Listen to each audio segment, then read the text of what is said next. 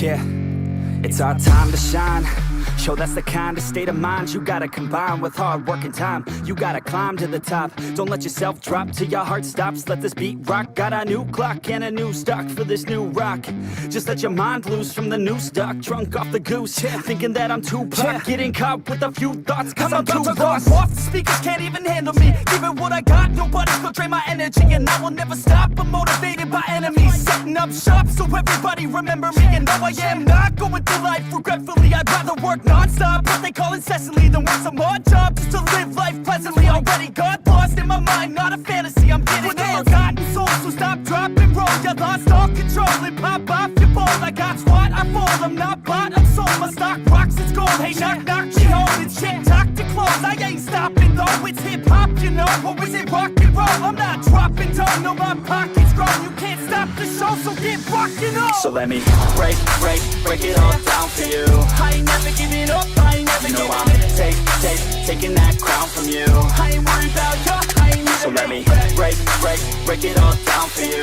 I ain't never giving up, I ain't never giving up. I'm taking that crown from you. I ain't worried about you, I ain't here to make plans.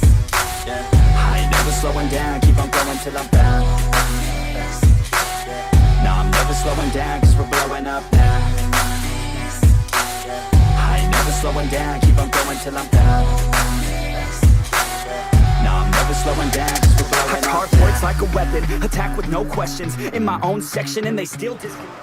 Their mind's been infected and they're filled with objection. Too filled for recollection, so we're losing all attention. They don't know I'm in contention, cause I'm gaining their attention. Cause I'm making a connection. Lyricism and aggression got me feeling my ascension. In my passion, my profession, I'm attacking my obsession. Taking action and progressing, I go off on the enemy. That's what makes them scared of me. Make my plans carefully, then execute them daringly. They say I act recklessly, but that's why I'm effective. See, you can't predict my tendencies, I offer no transparency. I think I'm lost, or this thing gon' be a legend. I'm never gonna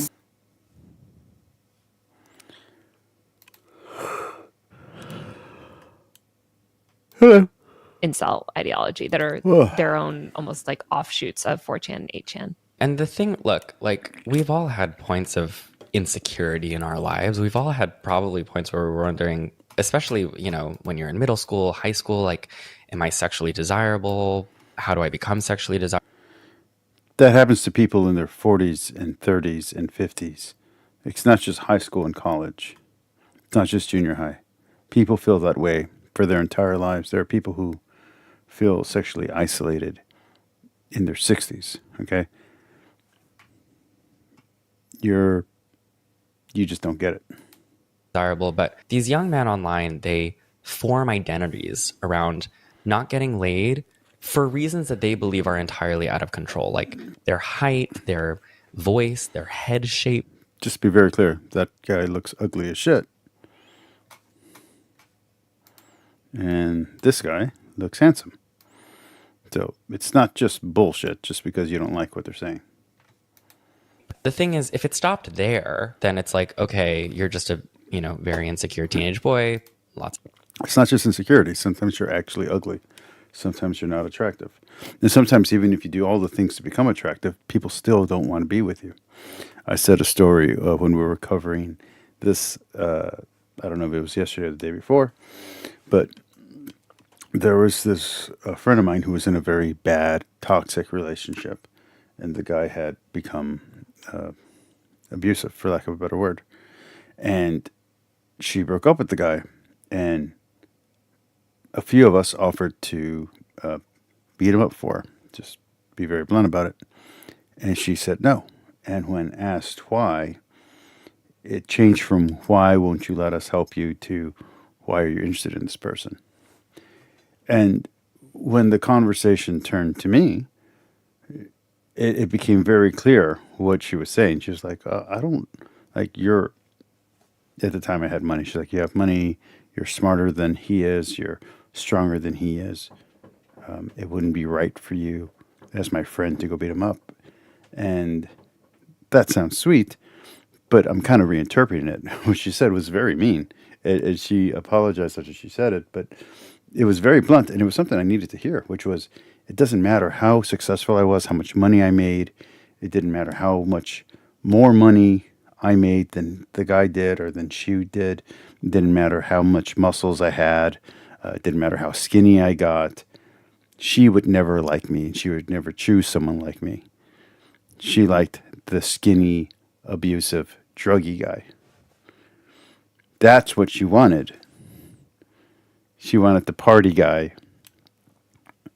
She didn't want someone like me or someone like her other friends. And she didn't want her friends or anyone like that stopping her from her self-destructive red flag taste or choice. And that was a wake-up call for me, man. It made me realize that it doesn't matter in your mind what you think the girl is going for. She's going to like what she likes. And if she doesn't like you, it doesn't matter what you change. She's never going to like you. So you just have to move on. This guy's not being sympathetic to that. Of teenage people are, but they blame women for all of their problems. And that's, I think, what is the hallmark of the incel ideology is that. Also, the type of incel ideology that they're talking about is incel ideology from like 10 years ago or 7 years ago. This is not the state of the movement today. The reason you can't be happy as a young man is because women are doing this to you. They're also against like gay people generally too, and the LGBTQ world, but it's very like traditional. Like they believe that sort of like every man deserves a woman, and No. you know, me not being able to have one is So the way that they're saying it to their own in group is in a more positive way, which is you deserve to be happy. Women believe that too. So you're twisting their already twisted ideology. like against my rights as a man. Right. There are two terms that I want to introduce here, and these are really the reasons why I wanted to start with the incel movement. And this is why I want to do this video. Because a lot of the stuff that the quote unquote incel and MGTOW people say, especially the men to other men, is the exact same thing that women say to other women. So, and I'm not just talking about radical feminist here or something like that. I mean like the normal everyday NPC female repeats these unthought out talking points. And it's terrible advice. Give me a second. The cat is struggling to get in and I'm... Hey, go away. Pain in the ass. If I wanted you in here, I would have let you in here.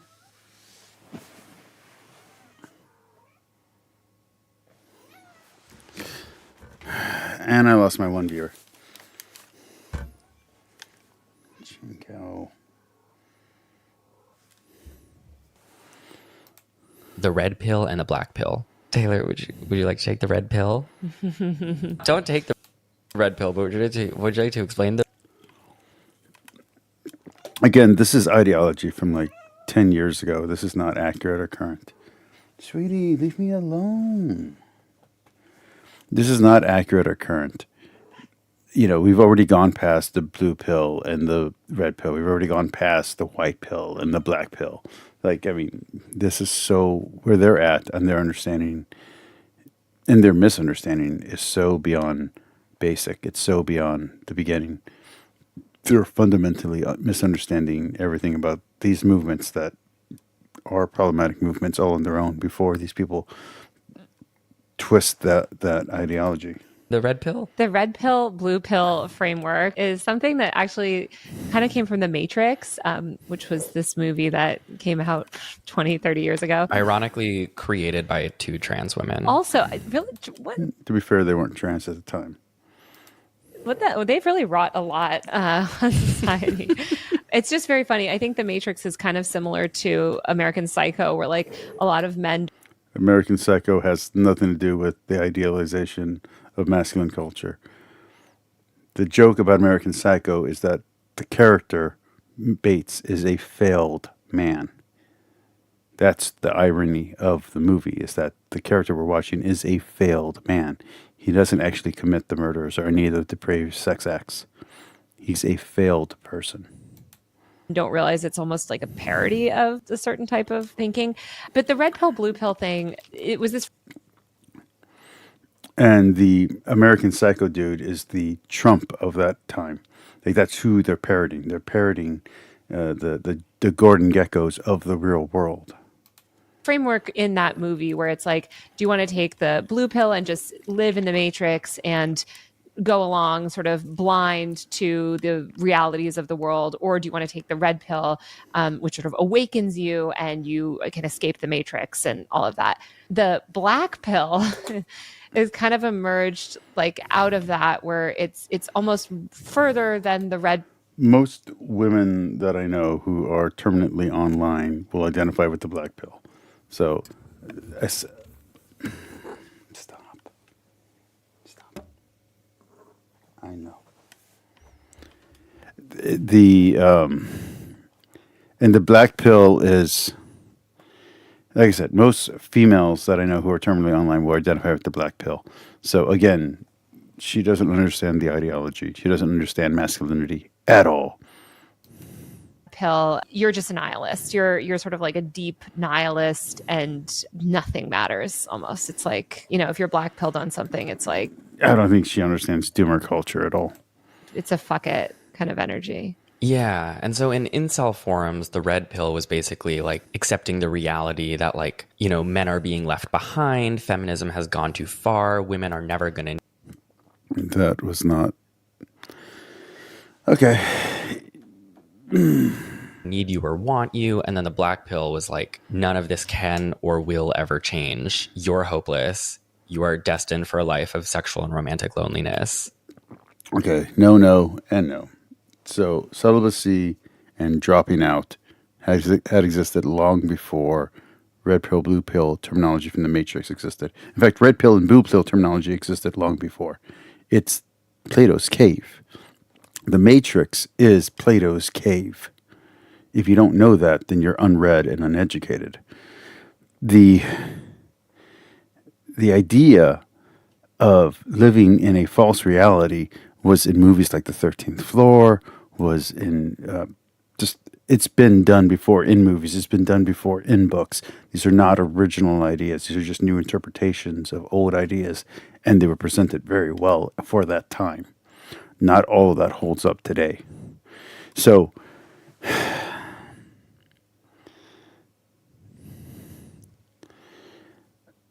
the idea of pulling away from society and becoming monastic or a monk or concentrating on spirituality or things greater than yourselves and opting out of the sexual pool. First off, that's not being black-pilled anyway. But even if you wanted to call it black-pilled, that has existed since before Christianity. There are Jews who did it. There are pagans who did it. In Christianity, it became a whole movement because the church, not so much church fathers, but because of the Desert Fathers, it became a whole movement. It became a whole thing, especially in the medieval period where it took over the Western church, where it became a monastic style of Christianity. So Tyler Lorenz and this dude, Matt, either don't understand history or don't understand humanity. And there's no reason for you to be on Earth, essentially. This is the belief that's, spreading throughout the 2010s in these like Reddit and 4chan and 8chan threads. And it's a small number of men who are consuming it in proportion to like all of the men in the world. But it is tens of thousands of young men and really usually boys. Okay, so the idea that it's all young men and boys is wrong. Most of the people who are leaders in MGTOW, all of that, are actually divorced men in their 30s, 40s, 50s, 60s. I think there's even some guys in their 70s who are leading these movements. It does influence young men, but not teenagers, but like actual young men, like between 18 and 27. Those people seem to be influenced by these people a lot. And also who they define as MGTOW and incel and red-pilled is also incorrect. You're going to see that in a few minutes. I haven't watched this, just to be very clear, but I'm familiar with what they've been critiquing about what he said. I'm familiar with what they've been critiquing about what Tyler said, and both of them get a lot of stuff wrong. In these threads. And the reason why most of the world was first introduced to incels as a concept was because they produced so many mass shooters. That's not, that's wrong altogether. It's particularly because of one guy who I'm not even sure if he was successful in the murder that he made. I think he just killed himself. But it was one particular dude who was violent. He's the one who made it famous. It's not because of a dozen serial killers who happen to be incels. That's not even true. That never happened. It's one guy who made it famous. And they call him the gentleman online. Kind of hallmark event of early incel culture was the Isla Vista shootings, where Elliot Rodger, This guy.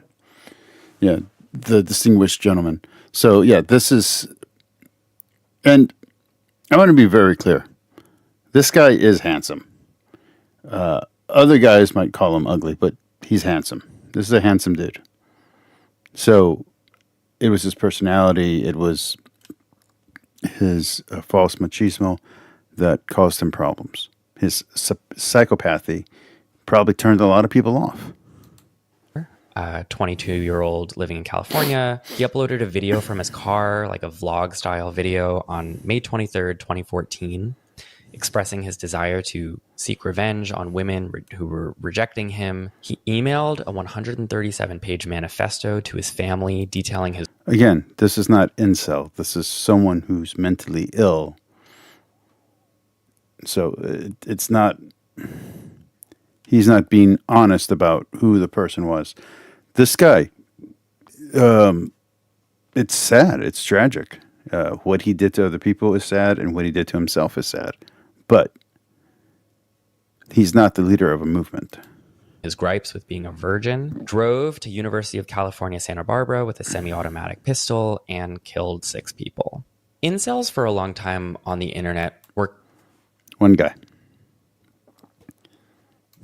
Kind of a punchline, really. I mean, it's like miserable. I think there's also the Norwegian shooter, I think also had some ties to the movement. And in rare cases, violent, miserable young boys who develop this like paranoia around their vacant sex lives. And they're not necessarily miserable. One of the things about people who are in this kind of world of rejection, they can't see their options, and so they limit their options. They're self-limiting, and they don't understand that because they don't like the options that become available to them. Usually incels were just the butt of jokes, right? Like, you sound like an incel, you're behaving like an incel. They were He's too young and she's too out of touch. They weren't jokes at the time. totally jokes. And also, you just saw it mocked. I think people forgot. It wasn't mocking. It wasn't a joke during that period. In that period of time, it wasn't. It was people like her, like Tyler Lorenz, who began mocking these people. And it was sad because they were blaming the victim. They were blaming people who had nothing to do with this particular guy. In fact, at that time, there were a lot of incels who were saying he wasn't part of that. Later, like the second wave of the incel movement, if you will, second wave inceldom, those people did identify Elliot as one of their inspirations. But the original group that existed before he was part of it had nothing to do with him. Whether or not he ascribed to those ideas or was in those chat rooms, he was not the beginning of it. He was a subsequent person who then became an identifier, who then inspired other people who joined the movement.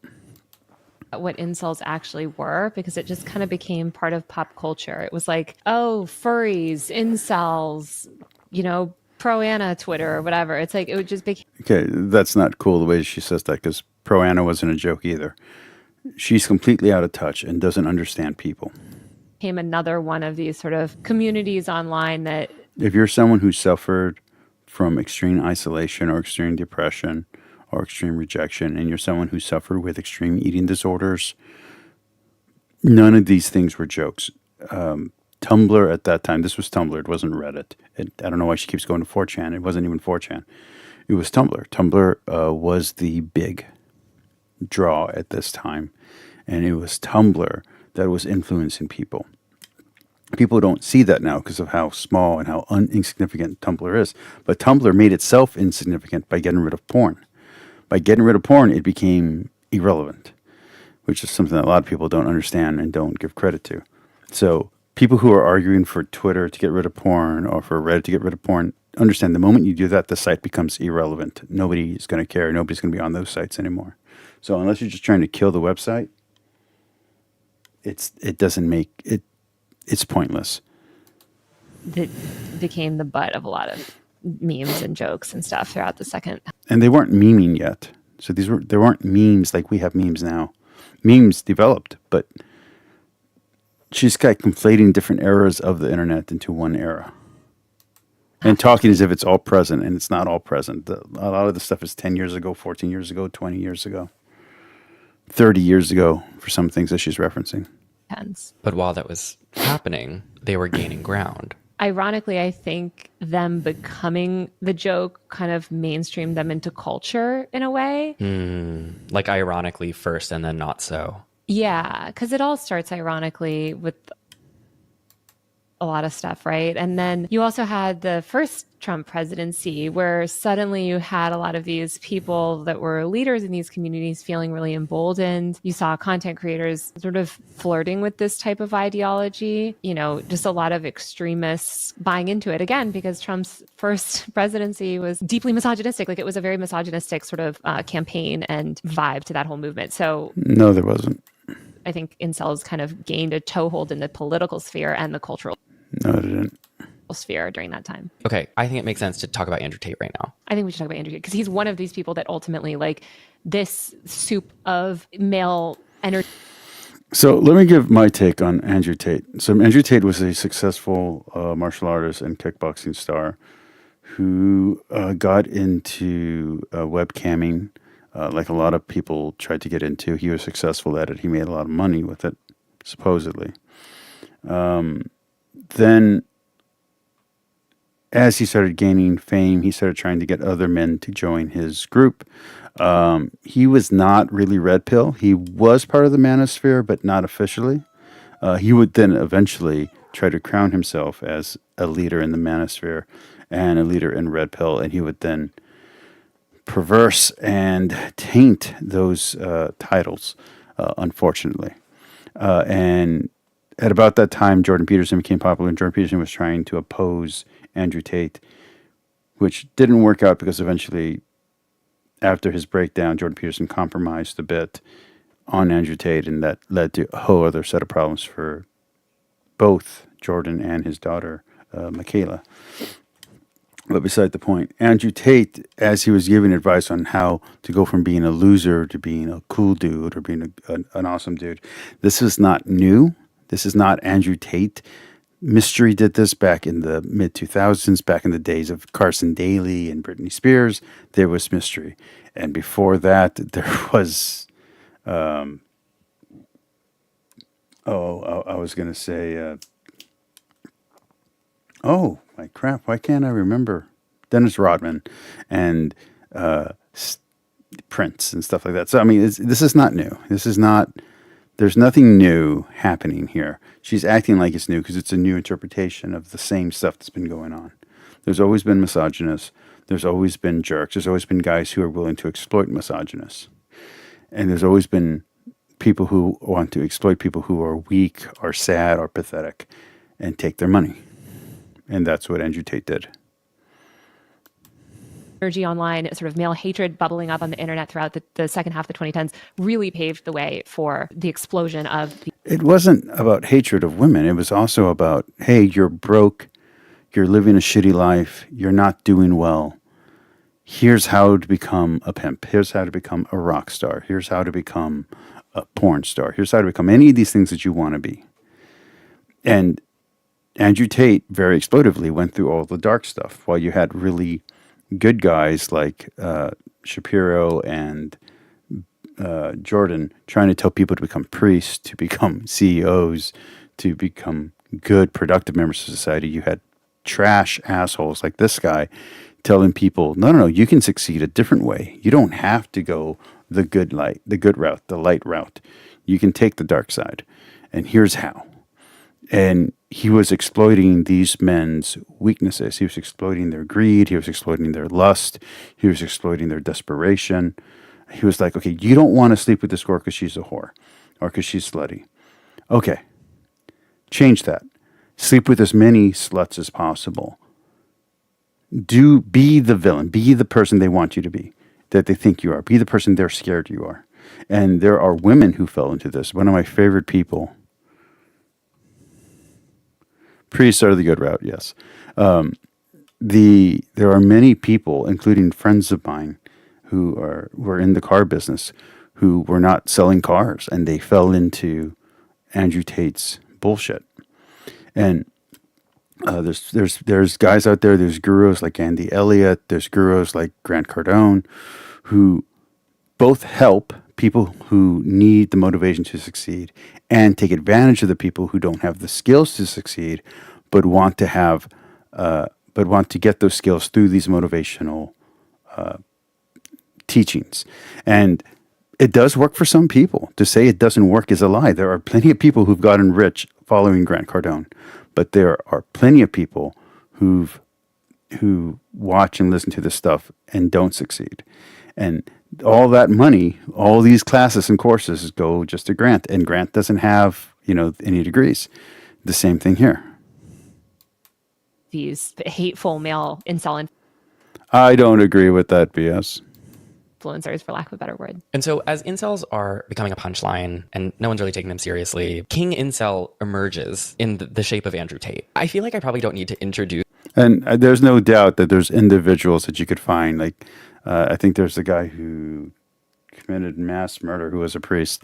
You can find individuals, but as a belief system and as a way of thinking, no. I would say that Tate's ideas are way worse than any religious ideas that are out there.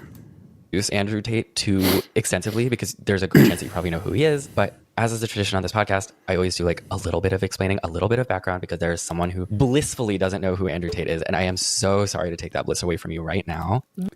By the way, anybody else laughing about the Destiny Fuentes leak from today?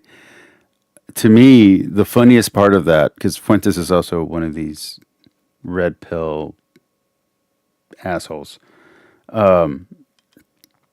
is that if this is true, which it's all allegedly, right, even though there's tapes, is that Fuentes is gay or bisexual at least.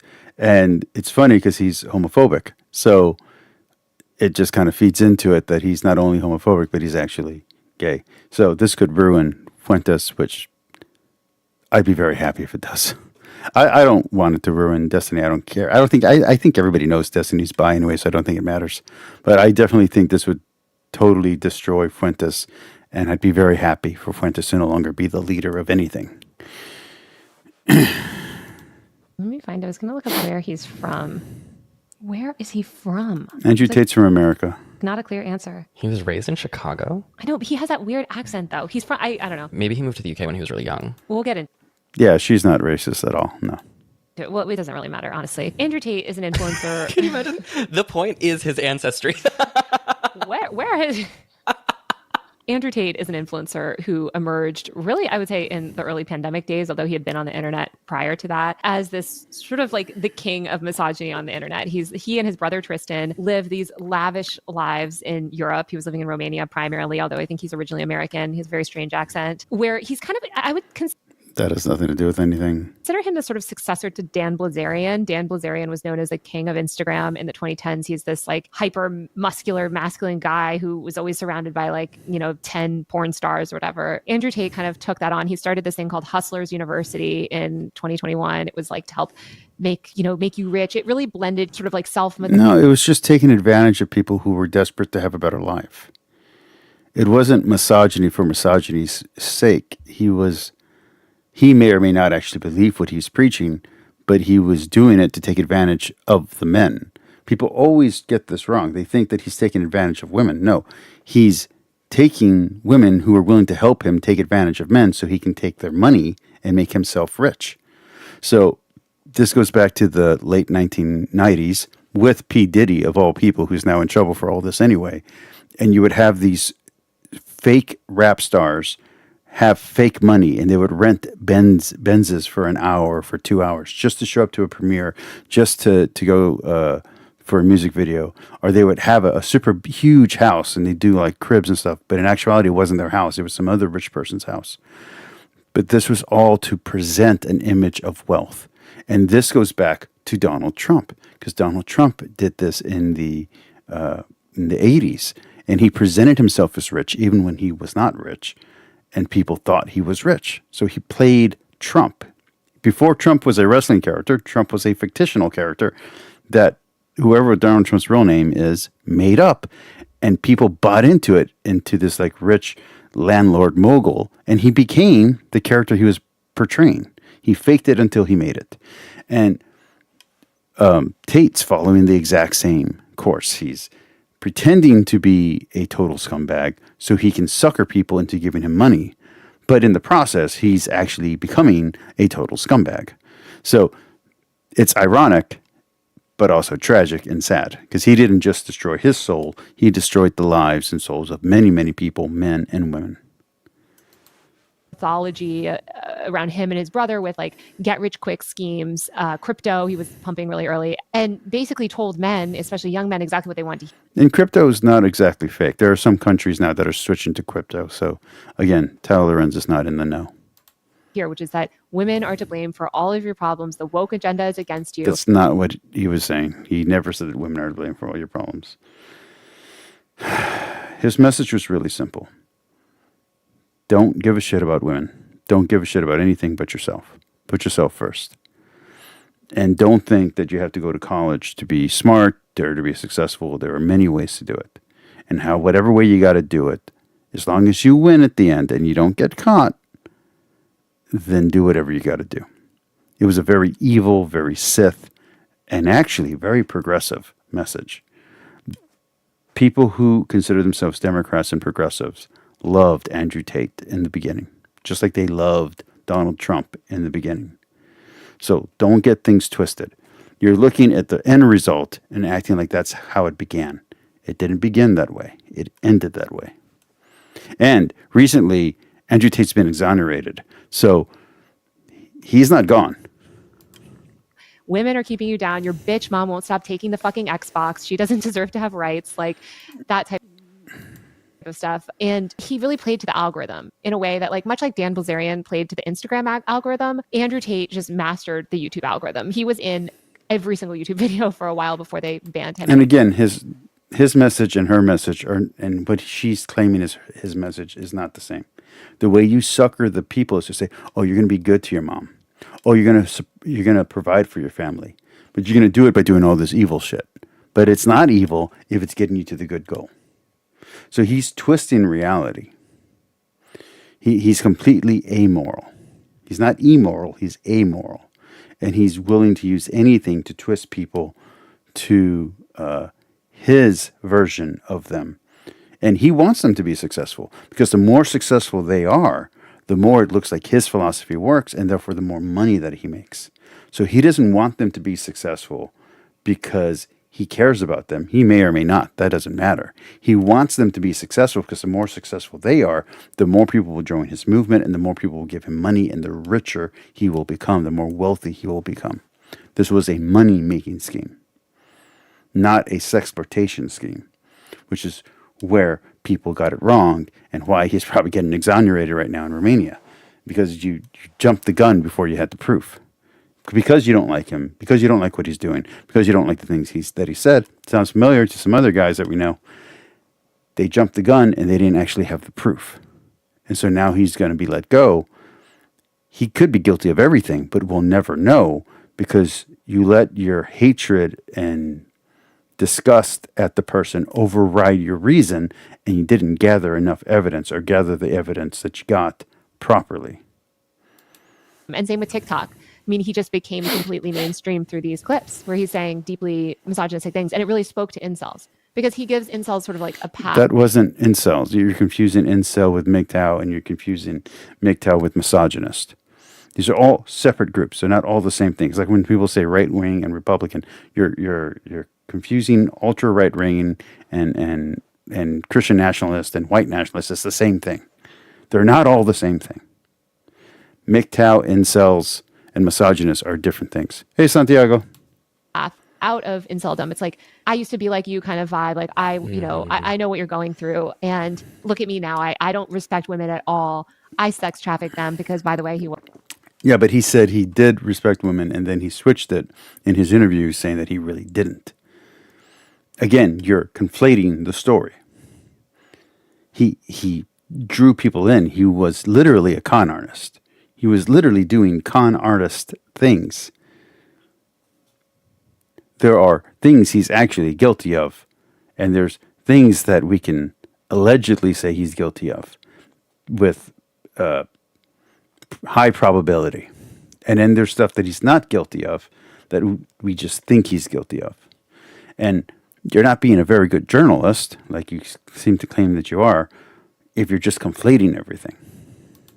was eventually indicted on sex trafficking charges. Like, yeah, it's just like And by bullshitting, when a poor man who is down on his luck and having trouble with women is presented with Andrew Tate, the real Andrew Tate, and all that this person has heard about why to avoid him is the bullshit that you're saying, well, then they're going to say, oh, well, it's all bullshit, so then I can follow him. So you're not helping anyone by painting him as a monster that he's not. Paint him as the monster that he is and give people the truth so that way they know to avoid him because this man is dangerous. Don't paint a false monster because then they'll just say you're a liar and they'll fall for his bullshit because they'll let their guard down because they'll realize that the things you said about him that aren't true aren't true. You don't have to make him worse than what he is. He's already a terrible guy. He's already a bad example of a good man.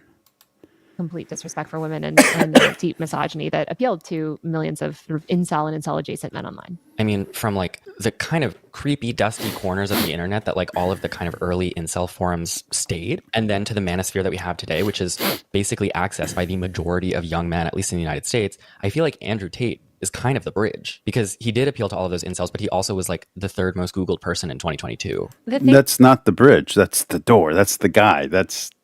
He was the ideal for a lot of men and for a lot of women. There were women who were chasing after him. There were women who were defending him up until the charges. There were women online who were defending him. And I don't just mean Pearl. I mean like regular, everyday women who loved him. You're acting as if only lonely men liked him. No, very successful men who had lots of women loved him. Yes, the Lamborghini garage guy is exactly what Andrew Tate is. It's giving people a false image of success to take their money to give yourself that real success. It's just taking advantage of suckers. It's people. Okay, here's Andrew Tate's books are his Hose University or whatever it is, Pimp University, is the exact same thing as The Secret. Okay, Tyler? To put it in women's terms, The Secret is a fake book with fake quotes that famous people never said. And women read it and believe it, and they think that power of positive thinking will get them things. And when things go wrong, it's because they didn't think positively enough. So the book can never be falsified. Oh, and it's secret knowledge, so you can't find it in the officially published stuff because men control that, and men don't want you, the woman reading this book, to know the truth about how to get power. So now it's unfalsifiable. Exactly that for women is exactly Andrew Tate and his bullshit for men. It's the exact same unfalsifiable bullshit. It's meant to take money out of people's pockets and put it into the publisher, or in this case, into Andrew Tate and his family's pocketbooks. thing with Andrew Tate is that he blew up so quickly and became so ubiquitous overnight to so many millions of men with almost zero media scrutiny. Parents didn't really realize how bad he was. Like they would hear their kids watching his videos or quoting him, but because He's just using generic sales tactics. His original pitches weren't evil or bad. They were just generic sales pitches. there was no real accountability. It was the strippers and the prostitutes and the models that he paid to be in his videos that made him famous. Because guys were like, "Oh, I want that." And eventually he lets the mask slip. He lets the cat out of the bag. He's like, "Oh, I didn't get these women. I paid for them. You can pay for them too if you're rich." Do you understand how evil Tate is? Do you understand how badly you're underplaying him by misrepresenting him as a different kind of monster than the kind of monster he actually was? You're painting him as a woman hater. He's not a woman hater.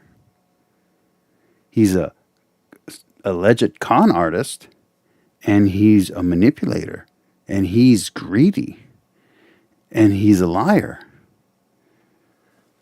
But if you paint him as being something that he's not, then people will not hear the warning of what he actually is. Reporting on him, especially while he was blowing up. It didn't really come until later. He was able to amass like a huge amount of influence online, sort of unchecked. I think that was a really big part of his rise, because I think there were these other bridges. I mean, Dan Bilzerian is another one, right? Where like men sort of idolized him, but he was always sort of viewed with a critical eye by the media. And like he wasn't producing content that was video as well. And I think the video format that Andrew was using was just really appealing to young people. He had that like hyper retention edited crap that's like made to appeal to them. And it was really appealing to them, again, through the lens of self-help. Like that's what's so important to understand. Like Andrew doesn't just get his fans from being like, fuck women, right? See, this is what really bothers me about Tyler. I've throughout the years, I've run into her with different things that I care about that she ends up being a player in, and every time I read her stuff, it really pisses me off because she'll get the major facts that you need to get right, and then she'll get everything else wrong, and she puts motivations where there aren't any. She makes all the attacks about her and makes all the attacks anti-women. And it's like, no. There's some guilty parties on the female side. There's some guilty parties on the journalistic side. There's some guilty parties on the comic side. There's some guilty parties on the writer side and the publisher side. You can't paint this picture where everyone who's on this side is a good guy and everybody who's on this side is a bad guy. That is very simplistic and childish and naive. And it's not true. Like they get there very quickly, but they start to watch him because they're like, look at this really successful, rich, cool guy with like everything that a 12-year-old boy could ever want. Like what a life he's living, right? And Right. he's telling me how Not a 12-year-old boy. It's everything a grown man would want. Men in their 80s want what Tate was pretending to have. to join Hustlers University and get rich, and how to do my little drop shipping crypto scheme, or how to work out, or how to, it's like there's this like I mean, his workout stuff was legit. self-help aspect to it, which Jordan Peterson also sort of tapped into, like so much of the manosphere. Jordan Peterson is not part of the manosphere and has nothing to do with the manosphere. People in the manosphere and in the red pill hate Jordan Peterson. They absolutely hate him because Jordan Peterson is telling people to come to God and to not have sex and to stop pursuing women and instead pursue a greater good. And in the process, maybe a woman who's worthy of you, who you're become worthy of, you'll meet each other. And if you can get a woman who's also on this same journey of self-improvement, you guys can get together and start improving together with each other and help each other become better people and challenge each other. So Jordan Peterson has nothing to do with the manosphere, has nothing to do with the red pill, and has absolutely zero to do with the incel movement. So you're just completely wrong, and you should not conflate Andrew Tate's horrible message of pro-toxic masculinity and misogyny with Jordan Peterson's men and women need to balance each other out. Like, those are two totally different. Jordan Peterson is so passive and so nice. Like, they don't compare. They just don't compare. This is so stupid to try to mix them in as the same thing. They're radically different and opposing messages. Fear taps into this idea of like betterment as a man. Totally. And this is a perfect segue into, I'm for the listener who is new to all of these topics, I'm like introducing every little ingredient I'm not new to any of this. I've been a guy for a very long time. to the pie so we can understand what happened with young men in this election. But this is the part where I want to enter the male loneliness epidemic. What they do right here is gross. And if I was not watching it for a stream, this is where I would check out. This is disgusting what they do right here. I know. We're all tired of hearing about the male loneliness epidemic. But you have to understand, I feel. We don't talk enough about male loneliness and male depression and male self-deletion rates. We don't talk enough about that. So no, you're a dick. The only good thing that Destiny did was make the manosphere look pathetic. You know, I wanted to like Destiny because of that. And then when I actually started listening to his stuff, I can't support him. Like I said, I will never have him on my show. If I ever get famous, he will never be on my show, and I don't ever want to be. If I have a chance to be famous, and the only way for me to get famous is to be on a show with Destiny, then I reject it. I reject that opportunity. I do not want to be on a show with Destiny. If Destiny apologizes for what he said and admits that what he said was wrong, and that maybe he went to therapy to get help with his thing, maybe he went to church and confessed, something like that, and he means it, then sure. Then I'm willing to talk to Destiny. But until then, I want nothing to do with that man. He is disgusting to me. He's now only done two good things, in my point of view, from my perspective. There's only two good things he's done. He made the manosphere look pathetic, to quote Santiago, and he exposed Fuentes as a hypocrite and a liar. That's awesome. So he's done two good things accidentally. But again, a broken clock is right twice a day. At least the narrative around the male loneliness epidemic to understand why so many men would gravitate, right? Because like, okay, Andrew Tate is out here saying, fuck women, fuck gay people, fuck trans people, all of this. Yeah, well, look at the people who he's sleeping with. And I'm not talking about Fuentes. I'm saying, look at the people that Destiny's sleeping with. He's sleeping with Lauren Southern. He's sleeping with Fuentes. These are the enemies. These are the evil people in the world that need to be, whose ideologies need to be stopped. You know what I mean? And like, these are the ideologies that people on the right, conservatives on the right, need to fight. They need to be fighting the Fuenteses. They need to be fighting the Lauren Southerns. They need to be fighting the Ann Coulters. That is who the conservative right needs to be fighting, are those people, are those ideologies. And he's sleeping with them. For all of the bullshit that he's telling you, for everything that he's telling you to be against, in his real life, in his real greed, he's taking that money. He's like, yeah. Give me more money, and I'll sleep and hang out with the very people I'm telling you to hate. Oh, don't take their money. Don't talk to them. Don't do any of this. Meanwhile, in my real life, these are the people who I hang out with. These are my friends. We're stealing from you. We're pretending to fight on air and being terrible and gross about it, so that way the drama makes you come back for more. But in real life, when the camera turns off, I'm blowing that guy and I'm eating out that chick. That's who the fuck Destiny is. So fuck Destiny. Yeah. Stuff. Here are my cars. Here's my six pack. And it's like, okay, yeah, but what is the essence of this that is appealing to young boys? And the male loneliness epidemic that you may have heard of. Quit talking about young boys. These are men. Men have these problems. These are not just immature teenagers who have these problems. Elliot Rogers was not a freaking child. He was a grown man who did stupid, evil things. He wasn't a child. Stop acting like it's young boys who are being influenced by this.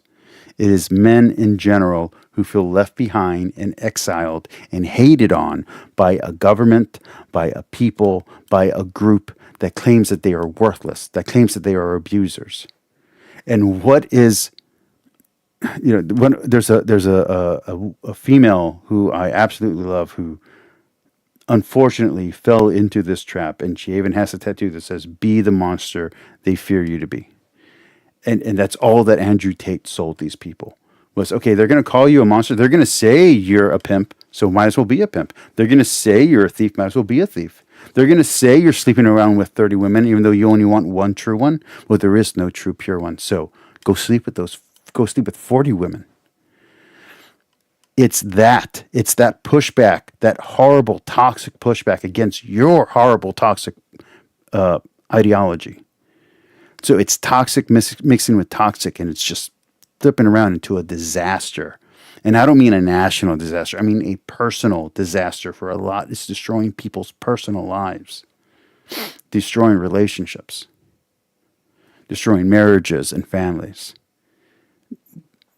So no, you're wrong. You don't have a good understanding. You don't have a good understanding of what's going on with men. And you don't have a good understanding of why someone like Tate, and these are people who I like, why someone like Grant Cardone, I like Grant Cardone, someone like Jordan Peterson, I love Jordan Peterson, someone like Andy Elliott, I love Andy Elliott, someone like Jeffrey Gitomer, someone like Warren Buffett. I don't have my books here anymore. There's a whole group of people that I had to read when I was becoming a salesman. Like, it was required reading for my job. You don't understand why these people are famous and why they make money. The book, 98 Rules to Power, or 90 Rules to Power, whatever the hell, that book is nothing but false quotes. They're not real quotes. The rules to power are fake, but people buy into it and believe it because it's the common story. It's the popular version of all these stories. Because it's given a message that sounds great, except if you go read the books that it's supposedly quoting, it doesn't even say the same thing. It's a completely different message in the book, in the actual book. I've read The Art of War. I've read Sun Tzu. I've read Lao Tzu. I've read Machiavelli. They don't say the things that they're claiming they say, but it's what people fear they say. And then they're saying, okay, now be that. Be what people fear. That is so wrong. This message to men is so wrong and so false.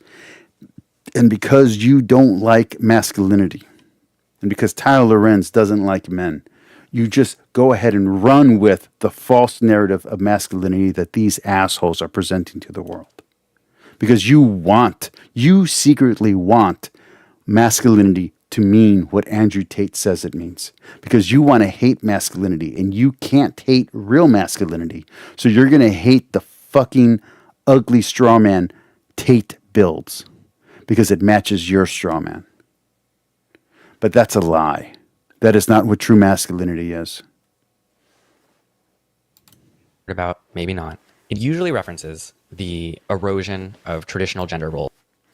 Real masculinity is a father, a man, sacrificing for his son and daughter and wife.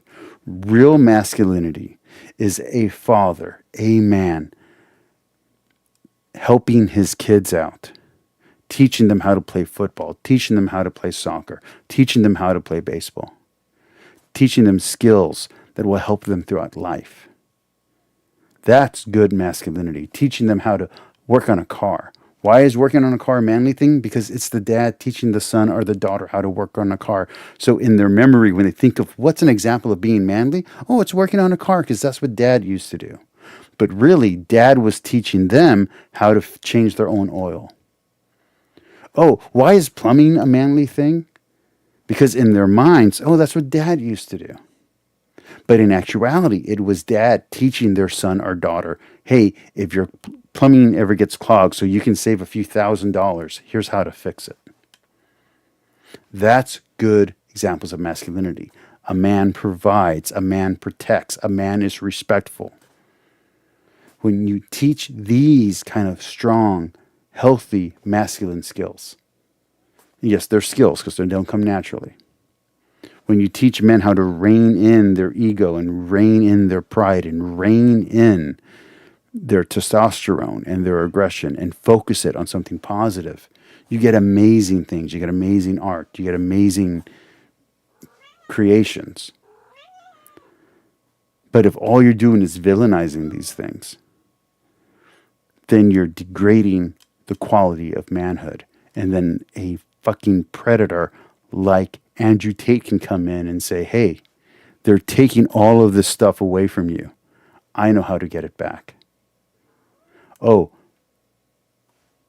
they're treating you like a monster, so become a monster. You want to get laid? I can tell you how to get laid. It's not that way. It's not what they're saying. Come listen to me. It's the Pied fucking Piper, man. In modern society that has left young men wondering what to do now that women can get jobs and women don't need them in the same way and don't rely on them in the same way. That's not what it is. That's not, you have completely misinterpretation of what's going on. And we're also atomized on our phones all the time. And these things have lended themselves to men feeling socially and financially insecure and unsure of themselves and esoterically unsure of their position in the world or purpose in life. Would you say that's a good He's close to understanding, but he's not getting it. synopsis? Yeah. Yeah. The entire idea of the male loneliness epidemic it's this idea that really centers men and men's feelings. And again, First off, there's nothing wrong with concentrating on men. You're talking to a gay man. I'm assuming he identifies as a man. You're talking to a gay man. There's nothing wrong with a man concentrating on a man. There's nothing wrong with a man concentrating on himself. You're telling women to concentrate on themselves all the time. There's nothing wrong with doing that. There's something wrong with telling them to end there. When you end on yourself, that is wrong and unhealthy. It's wrong when women do it. It's wrong when mothers do it. It's wrong when daughters do it. It's wrong when men do it. It's wrong when fathers do it. It's wrong when brothers do it or sons do it. You can start by working on yourself, but eventually you have to give to someone else. and that's not to say that young men aren't experiencing loneliness, but we can I don't know how far you want to get into all this. The self-deletion rate among men is way higher than among women. Loneliness and depression is a huge problem in masculine society. And even in feminine society where men are present, depression abounds. So don't act like as if feminism solves the problem for men or matriarchy solves the problem for men. It doesn't. The only thing that solves anything for men is taking personal responsibility and fixing their problems.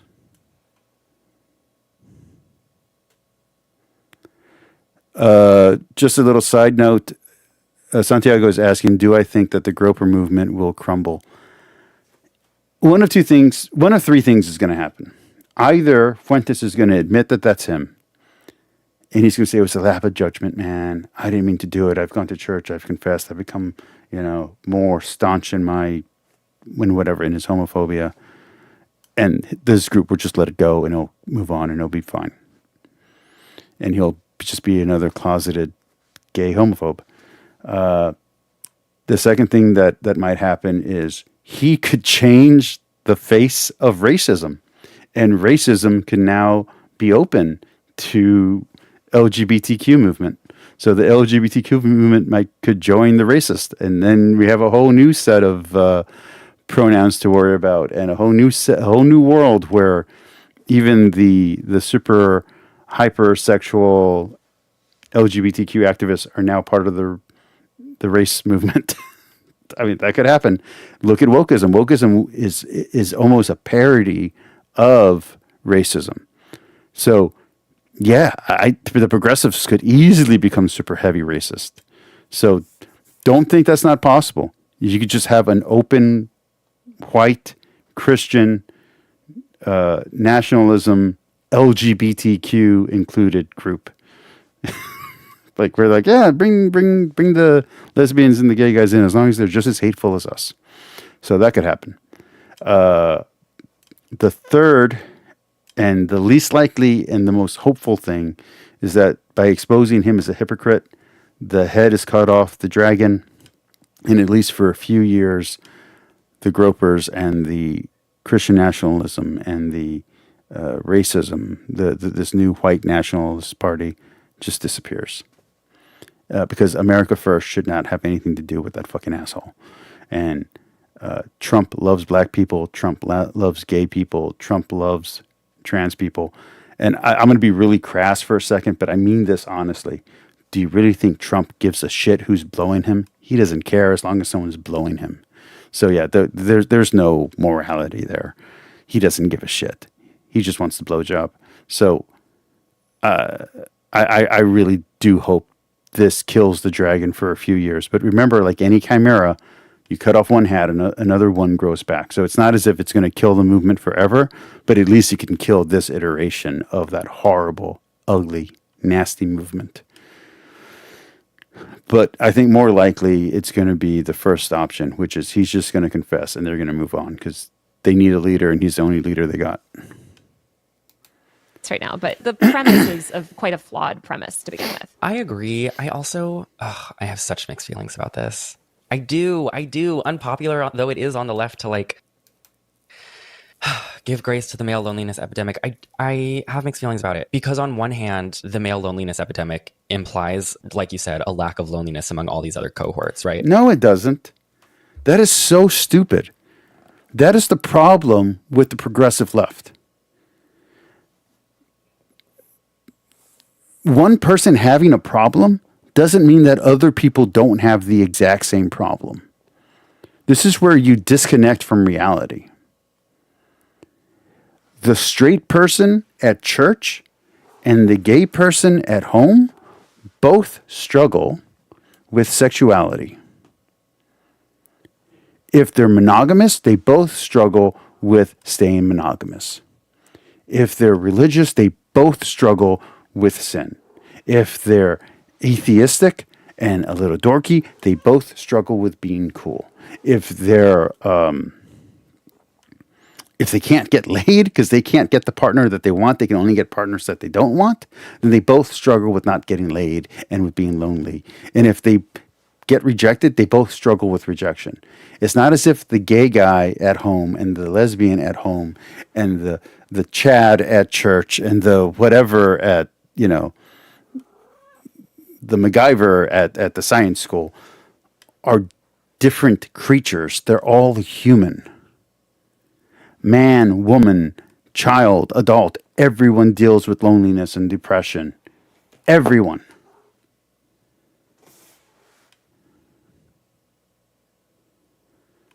People handle it differently. And people seem to handle it most differently between the genders.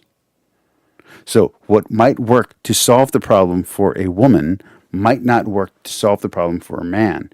And if hormones and brain chemistry are part of the reason why someone's straight or gay, then it might be that what works for a gay man to get him out of his depression might not work for a straight man. And what works for a lesbian to get her out of her depression might not work for a straight woman.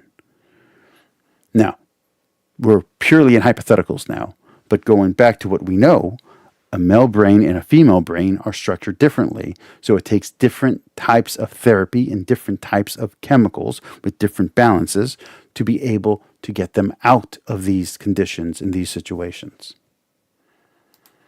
Women's loneliness, not to mention all the other things women have to not only worry about, but like fear on a daily basis. I'm picking my words carefully so the leftists don't murder me. Like, don't rake me over the coals for this, but I think that Fuck the leftist. I understand, as much as I can understand a heterosexual man, it makes sense to me how a young heterosexual... I know gay men who fell into the Andrew Tate trap. I know gay men who fall into the rejection and loneliness trap and who think meaningless sex is terrible. And they feel terrible after they have meaningless sex because they want a solid, strong relationship. What the fuck are you talking about, dude? Sexual male whose father and grandfather grew up in a world where it meant something different to be a man would... Okay. So let's pretend you're just a sexual being. Let's not worry about gender or sexuality or any of that kind of shit. And you want to have the most sex. You know that if you play the role of a straight man, you have the least opportunity for sex. You know that if you play the role of a lesbian woman, you have more opportunities for sex. You play the role of a straight woman, you have even more opportunity for sex. And to maximize, if you play the role of a gay man, you have the most opportunity for sex. Okay? So that's just how you're thinking. You're genderless, you're fluidless, you're everythingless, you're nothing. You're just a being that wants sex, and you're trying to maximize your sexuality. And then you start doing the math. Well, if I totally become just this one thing, I miss out on sex with men, or I miss out on sex with women, so I'm going to become bisexual. Well, now there's other genders and other things, so that would mean that I'm limiting myself in all of this. So I'm going to become pansexual. So you do all this freaking math in your head, whether you're male or female, it doesn't matter. You do all this math in your head based on real statistics, based on reports from Pew Research, from the World Health Organization, the Kinsey Center. You just do all this research. And then you go out into the world and people say, I don't want to fuck you. And you just feel horrible. I have friends who are lesbians who have gone through this. And even after they find their person, that initial rejection still hurts them and bothers them and makes them feel less than, or makes them feel unworthy of the person that they're with. I'm speaking of a woman, by the way. So what the hell are you talking about? Yes, loneliness and depression are real regardless of your sex or gender. But telling men that their loneliness doesn't matter because they're men is cruel. You wouldn't say that to a woman. So why are you saying that to a man? Would struggle to relate, to the loneliness that young men are feeling now, because it's true. Like in previous generations, no, I know. You don't think those men in the 1950s were lonely as fuck? A lot of them were like extremely lonely, right? It's not that I don't think that You don't know that. they were lonely. It's that I think, to be clear, for Having purpose and having faith actually helps eliminate and lessen the loneliness. Activity actually helps you be less lonely. People who are active and are connected to other people are less likely to be lonely. That's why it's more shocking when that kind of person self-deletes than when someone who's isolated self-deletes. Because it's statistically less likely to be the person who's more connected. So when they do it, and when they're stuck in depression, it's like, whoa, which is why Jordan Peterson makes the difference, makes the distinction. There's a difference between your life sucking and you feeling bad for it and you being depressed. Being depressed is, even if everything's going great, you feel shitty. Okay, that's depression. That means that we can't solve this by making your life better. But if your life sucks and you feel like shit, maybe your life just sucks. So if you start improving your life and you start feeling better, that's not depression. You're just upset because your life sucks. And when your life gets better, that feeling's going to go away. That's a different solution for a different problem. But by blanketing it all as one thing and then dismissing it as if it doesn't matter because of someone's gender, that's just sexism against men. or the worse for society. But I think that there was a more defined, socially constructed role around masculinity, where now there isn't. And I think that that's good. I just think that these people don't know how to deal with it. And I want to encourage them to deal with it. And I'm not faulting like young heterosexual men for like feeling confused about their position in the world. Like I'm not faulting them for that. No one is, just to be clear. I think any You are. I've heard you do it before. person has empathy, right? Any good person, especially. You're not a very empathetic person. This is all bullshit. if you consider yourself on the left, like you have to have empathy for these young people. You can't just be like, well, suck it up, Johnny. You know, that's the world now. It's like, Totally. it's hard. It's hard to be a young person. And that's what I think is frustrating for me when we talk about these things of like the epidemic or whatever. It's like, it's really hard to be a young person. And it is hard to be a young man in today, because you're right. I think that there aren't a lot of positive Did you hear how difficult it was for her to say that and admit that? examples of masculinity. And then she's going to shit on what you just said. On the internet. It's very unclear kind of like what it means to be a man. And as you mentioned, a lot of those more traditional gender roles, for good reason, have been abolished, right? But Okay, first off, they have not been abolished. Being a father is still good. Being a good husband is still good. Being a good man is still good. Those roles have not been abolished. Being a fireman still exists. Being a policeman still exists. Being a teacher still exists. Being a logger still exists. Being a merchant marine still exists. Being a oil worker or oil rig worker, being a trucker still exists. Those jobs haven't disappeared. Those roles haven't disappeared. Tyler Lorenz is an idiot. She does not know what she's talking about. All those roles still exist. So if you're listening to her and you're like, oh shit, my entire existence as a man has ceased to exist, relax. You're fine. That hasn't happened. Women from around the world like masculine men. I know, you're shocked. You live in America or you live in the UK and you've been seen and you've been told feminine men, femboys are the ones who are getting all the girls. It's not true. And the femboys who are getting the most girls also have the most money. So, again, they can provide, they can add security, and they can help and assist. So security, assistance, support, all those things are still attractive. The presentation of those things does not matter. The ability to do these things are what women are looking for. And again, not all women are looking for the same thing. So you might get a woman that you're attracted to, that you're hoping wants the things that you want, and it turns out that your goals and her goals are inconsistent. That doesn't mean she's wrong. That means she's wrong for you. Move on. And I know it hurts, and I know it feels like you're never going to meet anyone. I get it. I get it. I really do. If you could hear the dumb argument / conversation me and my wife had earlier today. She was just mean to me for no reason. I'm in the middle of a workout and she sends me a text. And it's just the meanest thing I've seen in like 2 weeks. And I have a boss who's mean. I have a mean boss somewhere. And this is meaner than anything that boss has said. And I'm just like, what the hell? And I call her. I'm like, you know, I'm expecting to see like an angry face. You know what I mean? I'm expecting her to be like ready to go at me. And she's just smiling. She's like, hi. And I'm just like, what the hell? You just threw a bomb at me for no reason. So yeah, women are complicated.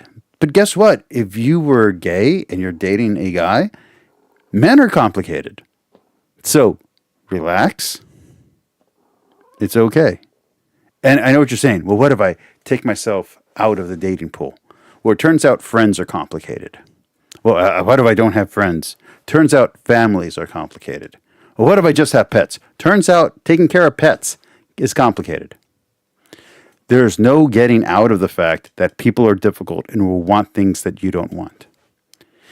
Your cat will want to go outside. Your dog will want to go outside when you want them to stay in. When it's raining outside, when there's cars going in the front road. And you have to discipline them and say, no, I can't let you out because I know that would kill you and I have to do what's best for you. I can't go to the concert I want to go to because my cat or my dog is sick and I have to take care of them. You have to make a little sacrifice. That's at a pet level. When you're dealing with parents, congratulations, it's going to get more complicated. You're dealing with brothers and sisters. Congratulations. It's going to get even more complicated when you're dealing with a significant other who can take away their love, who can take away their ties to you.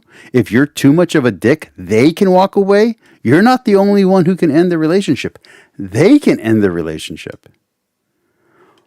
Yeah, it's fucking torture. You're going to screw up. That's what dating is. Dating is making all the mistakes. That way, when you're married, I don't have to make this mistake. I've been here before. I know what not to say in this situation. I'm going to shut up.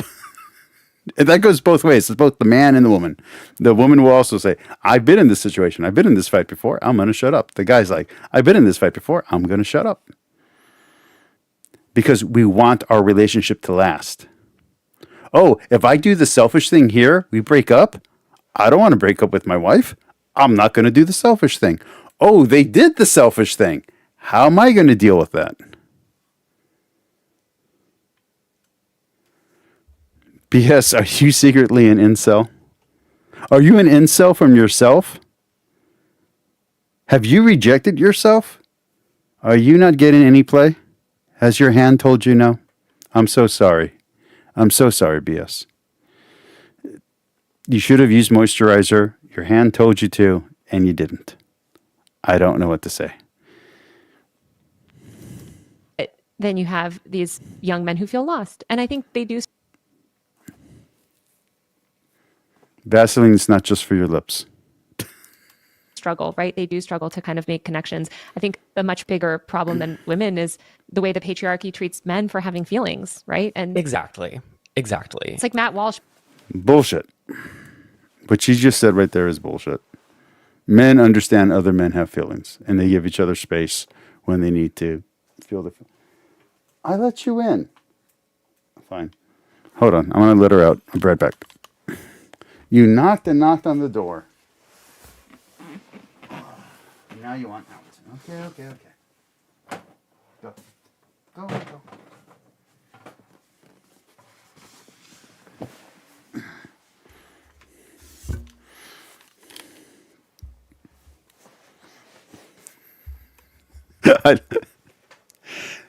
BS both said an ironic joke just to be silly and the most truthful thing I think he's ever said. And I'll be honest with you, I'm married. Every guy that I'm currently friends with, except for one, is married. And we're all in the same boat. He goes, I'm married. Of course, I'm an incel. Being like, if my friend said that he loved me, like I'd call him like a slur or something. faggot, It's like, yeah, I can say yeah, it. that's probably why you don't have close male friendships. Yeah, that's right. So this is completely a lie. I'm gonna blow the lid. I'm gonna tell a secret. I'm straight. My friends are all straight. Not all my friends are straight. I have gay friends. I'm talking about like my male friends, my core male friends. They're all straight. We all tell each other we love each other. We all say, I love you, bro. We all call each other brothers. We all invite each other over for Thanksgiving and for Christmas and for birthdays. We all know each other's families.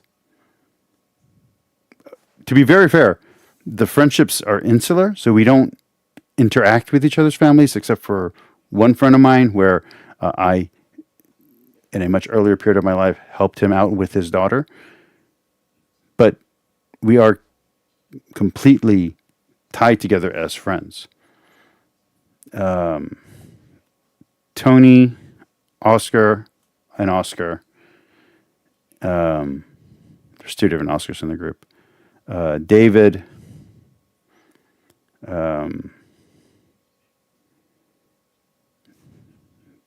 By saying Oscar and Oscar, I got confused. Okay, hold on. Tony, David, Oscar, Brian, Adrian,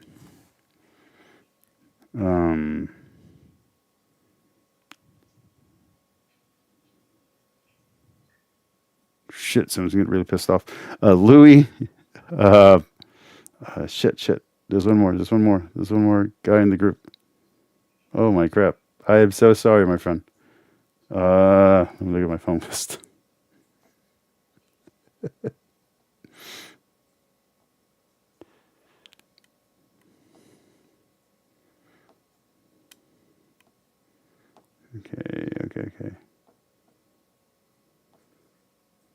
And I'm talking about my main group of friends, by the way.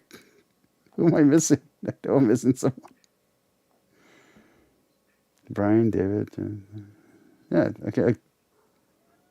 I guess that's it. And then I have my second group. Echo, turn on all lights. Then you have my second group of friends where we're not as close. We're not as insular. We're still friends. We're not just acquaintances. And so that's going to be Louis, Zamorano, Eddie, Carlos, Aldo, Jerry,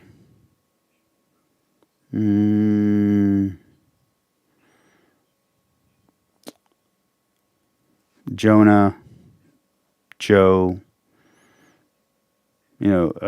You have this like outside group. So you have this internal group where we're all very tight and we're basically like brothers. And then we have this other group where we're just friends.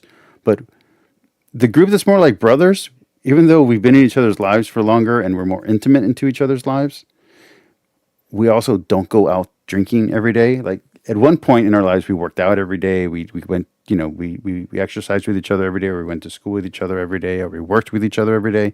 No, we don't. Well, the outside group, we do go have beers. We do go eat dinners with each other. We are both friends and acquaintances. Okay, and then we have our acquaintance group,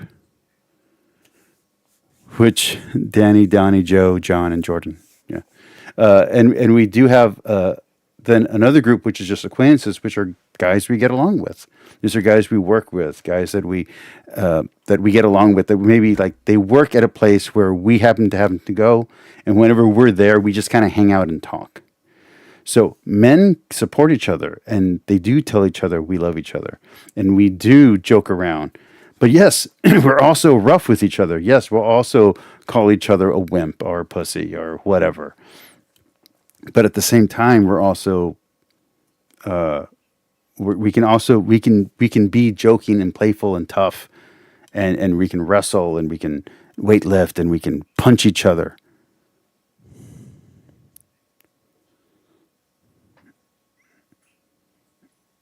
Yeah.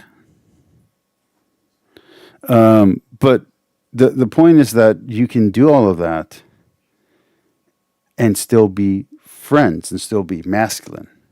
Yes, we do roughhouse. Yes, we do drink. Yes, we do think the beautiful woman is beautiful. And I like I've said, one of my best friends for most of my life, not for most of my life anymore, but for a large portion of my life, was a lesbian, and previously a different best friend was a lesbian, and she just simply integrated into the group. She had her group of male friends that integrated into my group of male friends, and we had a much larger group for a little while. It was almost like when you're dating and you have to take on their friends as your friends, because you got to show up at the same things. So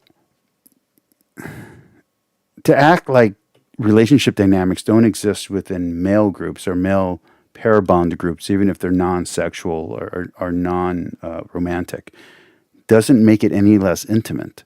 Yes, it's a platonic friendship. Yes, there's no sex involved, and if there was, it would be really weird. It would mess up the friendship, because the friendship is based on trust and being able to be rough with each other, to be able to tell each other hard truths, to be able to escape from the romantic relationship you're in to an area where there is no romance, where you're able to just kind of just be yourself and fart and joke and burp and not have to worry about being attractive. Those kind of spaces are important to men. Now, yes, like I said, when I have a gay client or a gay friend and they come into the group, does that mean that the group dynamic has to shift a little bit? Yeah, because you don't know if the new person has the same boundaries as you.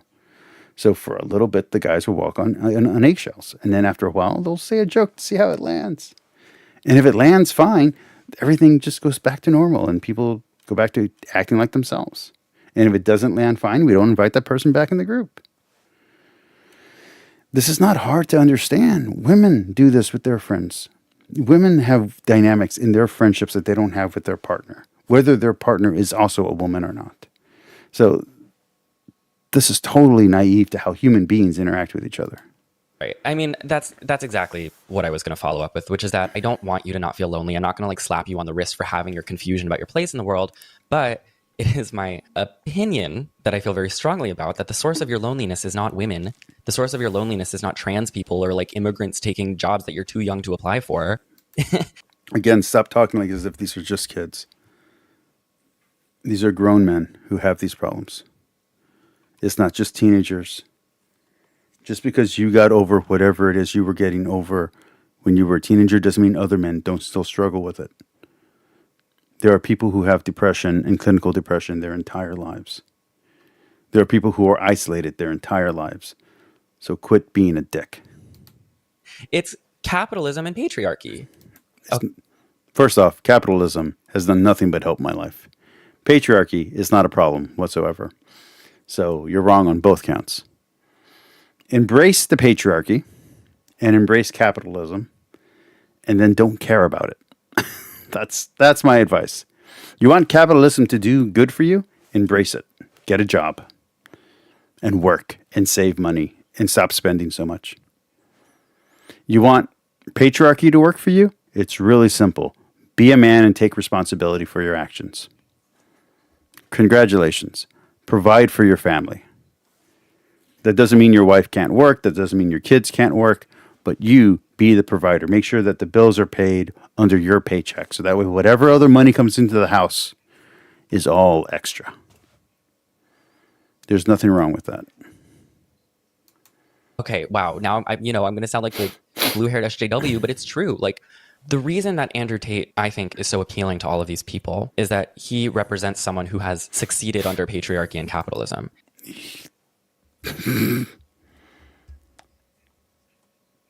First off, he has false success. It isn't real success. He was scamming people. And he admits as much once he got caught and they put him on trial. In his interviews, he admits that he was playing a role, that a lot of the stuff wasn't true, wasn't real.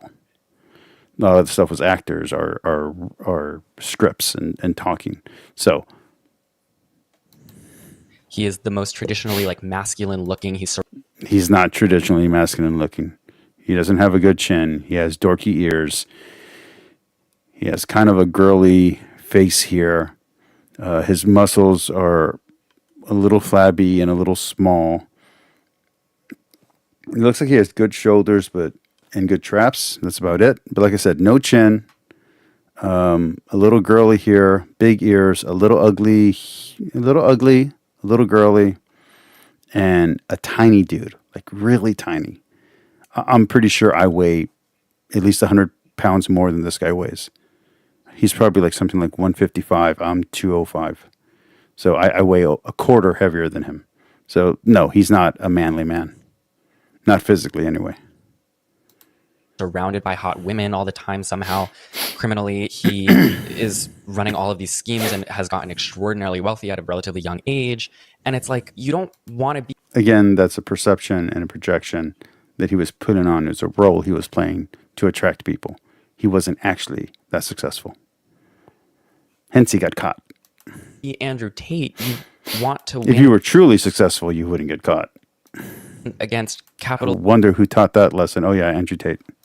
And patriarchy. And like, those are goals that I think young men share with the rest of us. Absolutely. And I do think Patriarchy just means that the man is the head of the household. That's it. And there's a patriarchy and a matriarchy. And the patriarchy are the male heads of the household.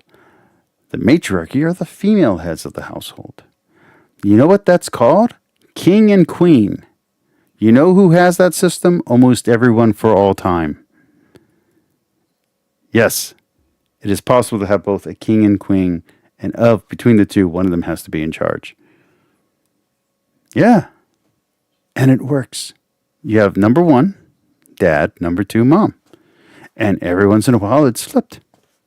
And the world doesn't fall apart. Because the kids have to do what the parents say. And then one day your parents get old and suddenly you're in charge and now you have to take care of your parents, but hopefully they taught you good lessons and good manners and good boundaries, so you do care for your parents and you don't just put them in a nursing home. I think that there is also a unique pressure on men because of patriarchy and capitalism, which is by Until you're unable to take care of them, and then you do a responsible thing because again they taught you well. the way I think probably worse 30 years ago, right? To be the breadwinner, to succeed and to have a job and to make money. And that's why you see these, teen boys get sucked into like these drop shipping or Again, it's not just teen boys. I just got hit by my water. That's funny. crypto schemes or e-course things. It's like Again, crypto and other types of digital currency are still legit and still doing well, and nations are adopting them as their official currency. So again, you're out of touch. are so inundated with hustle culture and the way that manifests. And there's nothing wrong with hustling. There's nothing wrong with hustling. When I was a car salesman, I hustled. There's nothing wrong with hustling. In fact, now that I've been away from the sales business for a year, I miss hustling.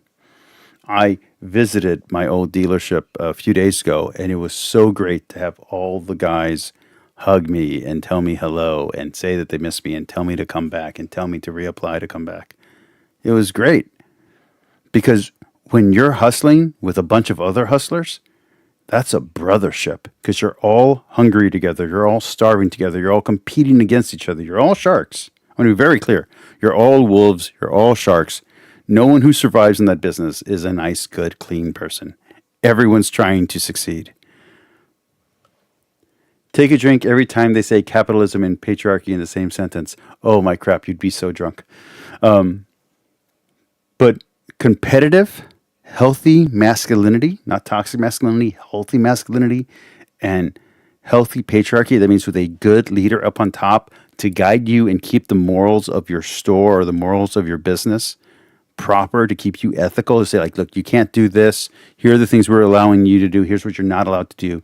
If you break this rule, if you skate someone, we're going to split the deal between both of you because you guys are not going to play that way. You're not going to play dirty. You can play against each other, but you're not going to play dirty. That's healthy patriarchy. That means that the man in charge, whether it's a male or it's a female, whether the man in charge has rules that says, hey, here's what's allowable and here's what's not, and we're not going to treat each other shitty. And if you're going to treat each other shitty, you're not going to work here. That's good patriarchy. And then healthy masculinity is competing with each other to succeed. Is through influencers like Andrew Tate, amassing a huge following. And it's ironically, they're selling them actually just back the same conservative dream. Like, it's like, you will work hard and then these women will be your slaves. And that is not the conservative dream. You're such a jerk. You're such a jerk. That is not the conservative dream.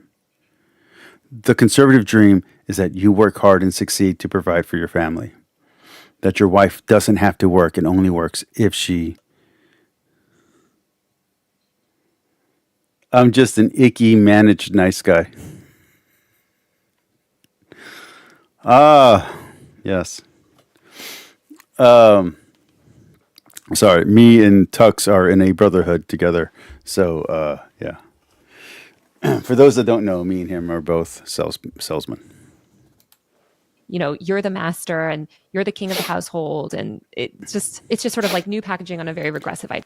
But if the man is the king of the household, the wife is the queen of the household, and the son is the prince, and the daughter is the princess. You know what that means? They all have power.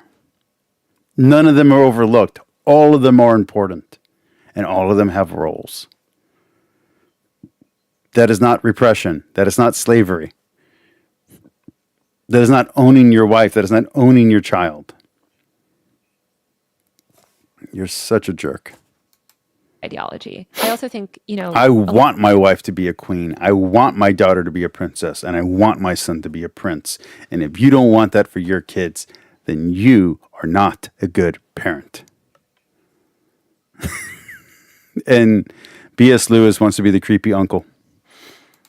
A lot of young men, they don't know how to talk to women. Like, when you're going through puberty, it's really awkward. And again, Grown men don't know how to talk to women.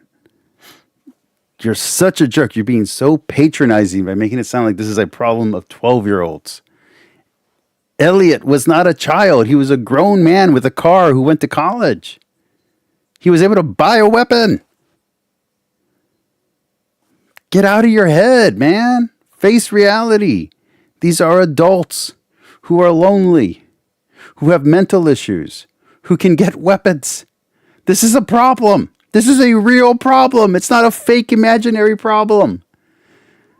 These are not depressed teenagers with no access who are mad because they can't get laid. These are grown adults who can't connect to other human beings and are angry and can get weapons. It's a real problem.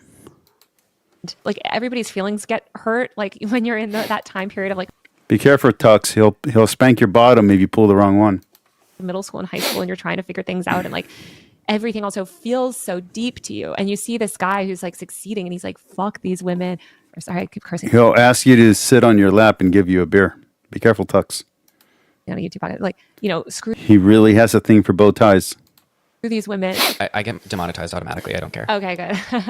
He's like, screw these women. Like, forget these people. Like, whoever hurt you, they're worth nothing because women are worthless, and you can just collect them like toys, and you can move on. That's a very appealing like thing when you're hurting. And We're 22 minutes into a 1 hour and 17 video. How long do you guys want to go? Do you want to go 2 hours? I don't want to go more than 3. I don't think there's any chance in the world we finish this video. or you feel like some girl did just break your heart or stood you up for a date in 9th grade. Totally. And, you know, there are men. And again, it's not as simple as that. It's not like some girl broke your heart. It's, oh, she cheated with your best friend. Oh, he cheated with your brother or your sister. Oh, they did a gangbang or they did a threesome and they filmed it. And you're like, fuck, and they wouldn't even hold my hand? They wouldn't hold my hand, but they go and they do that? And they're telling me we're still friends? Like, or worse, you get the kiss of death. Oh, you're like a brother. Oh, I see you as a friend. Oh, you're like a brother to me. That's the kiss of fucking death. Don't be so cruel. Don't be so naive. I feel like both of these people don't know what it's like to have men reject them. I think if men started in mass rejecting Taylor Lorenz and this dude, I think they'd be singing a completely different tune in this video.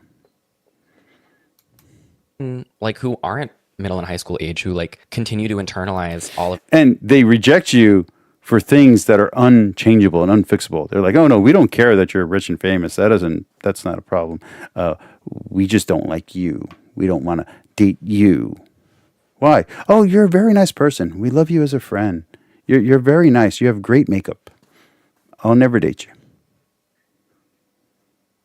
So who will you date? Oh, you know that really machismo guy who like has a beard, has a little bit of a beer gut, has some pimple scars? That's who I'm dating. I like him.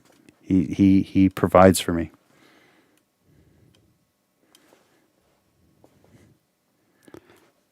Deal with that and then come back and talk to us. The funny thing about Tate and the Manosphere is that they love the women they're supposed to hate. That is another irony. That is very true. Of this, you know, this kind of like male loneliness thing. And it's like, again, like I'm with you, but like we should be fighting for universal health care. Right. And then like the cost of things and the fact that it's hard to find a job won't weigh so heavily. It's Fuck universal health care. I don't care. like all of these things are intertwined. And so The problem isn't feminism, it's capitalism. exactly. No, I love feminism. I love capitalism. The problem isn't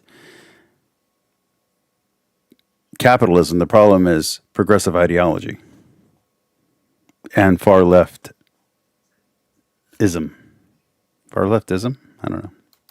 Exactly. And like sometimes I think it is hard to conceptualize why that is until you like lay it out. And it's like you feel. Oh no, I know exactly why progressivism and far left ideology is wrong. Hi, I'm a Catholic. I'm also a Republican. I'm also Hispanic. I have dyslexia. I'm short. I'm balding. I have a wife. Hi. I have diabetes. How many disabilities can I list here to be up higher on the ranking? Feel insufficient because you feel like I wear you glasses. can't open up emotionally to other men. Again, if you have good male friends, you can open up emotionally to your male friends. The way you express that and you go through it is different than the way that a woman does. So a female-minded person might express it through talking and just listening. A man might express his emotions by going into the gym and hitting 3 plates on the bench press and then punching the shit out of the heavy bag for like an hour until his knuckles bleed.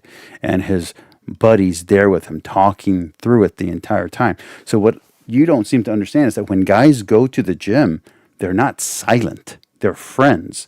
They're talking. So all the stuff that happened throughout the day that they don't talk about while they're doing guy stuff, while they're doing their job, while they're with their wives, while they're cutting the yard, when they go to the gym, they're not just working out. The 2 best buds that go to the gym buddies, the spotters, are the 5 guys that go together to the gym. Once they hit the weights, the moment they hit the weights, while they're waiting for their turn to lift, or in between when they're resting, in this little short gap, because there's limited time, so the conversation can't go too far one way or the other. That's when they deal with all their shit. So they'll talk about everything that happened in the day. They'll talk about their wife who's being a bitch. They'll talk about if they're gay, they'll talk about their boyfriend who's being an asshole. And they'll have the conversation there in a masculine way while they're doing masculine things. So their ego is protected and they get out all their emotions. Or if the men happen to be writers, maybe they'll write something. Or if they're painters, maybe they'll paint something. If they're musicians, they'll write a song. They'll play a song. And maybe that song doesn't get them the girl that rejected them, but it gets them a different girlfriend. What hurts the guys that are in these situations is that playing the song, it turns out they're a shitty artist and the woman doesn't like the song. So this doesn't get them a woman. Or they get the money, turns out they have a shitty personality, so all the money in the world doesn't cover up the fact that they're jerks.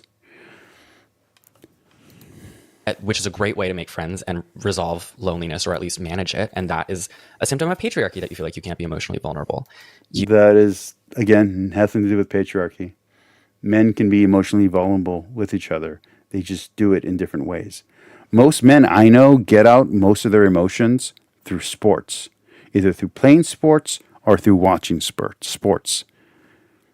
And so they'll have a really deep, long conversation about what the right play was for this particular game and how this runner or this athlete is going to go super far and blah, blah, blah. All that is coded language. They're just talking about the fucking shit they deal with today. But they're expressing their emotions. They're yelling as loud as possible when their team wins. And they're booing and crying and upset as overly expressively as possible when their team loses. Because that's how they get out their emotions.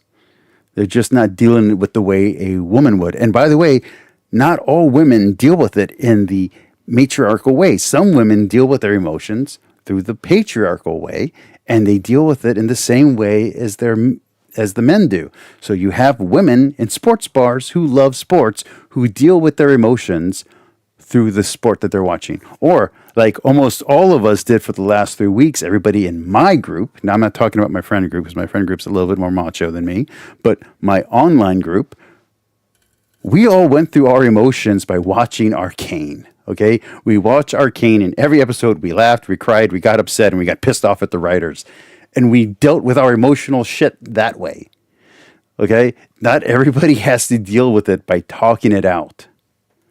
Santiago says, also, don't many of these social critic types would paint any moment of 2 men showing emotion as being homoerotic and thus men being cautious of showing emotion towards other men? Yes, exactly.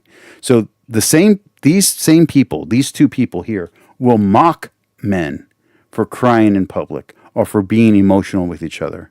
And they'll label homoerotic, they'll label platonic activities as homoerotic. They'll do this mislabeling and say, "Oh, look, they're a little gay." It's like, no, now you're being the homophobe. Now you're saying that because two straight men or two straight women are being intimate with each other in an emotional way, not a sexual way, but in a platonic way, they're being open and honest with each other. Oh, that they must be gay. No, they're just fucking friends. And maybe that friendship has moved beyond friendship into brotherhood or sisterhood. True sisterhood is amazing. True brotherhood is amazing. There's not an ounce of sexuality. In fact, any sexuality or romance would ruin it. True friendship, when it's true, when it's real, you will die for that person. You will fight for that person. You will do everything you can to make sure that person succeeds. That's friendship. No sex involved. Involved. Now I'm running out how to speak words. I'm going to need to take a break in a few seconds, guys, because I'm starting to run out. I'm starting to not be able to speak. You feel like you have to have so much money to prove your masculinity, another aspect of patriarchy, but you can't get that much money. That's not patriarchy. That's capitalism. You're conflating your two complaints. And you're always having to spend it on things that aren't publicly available because of capitalism. Like it's.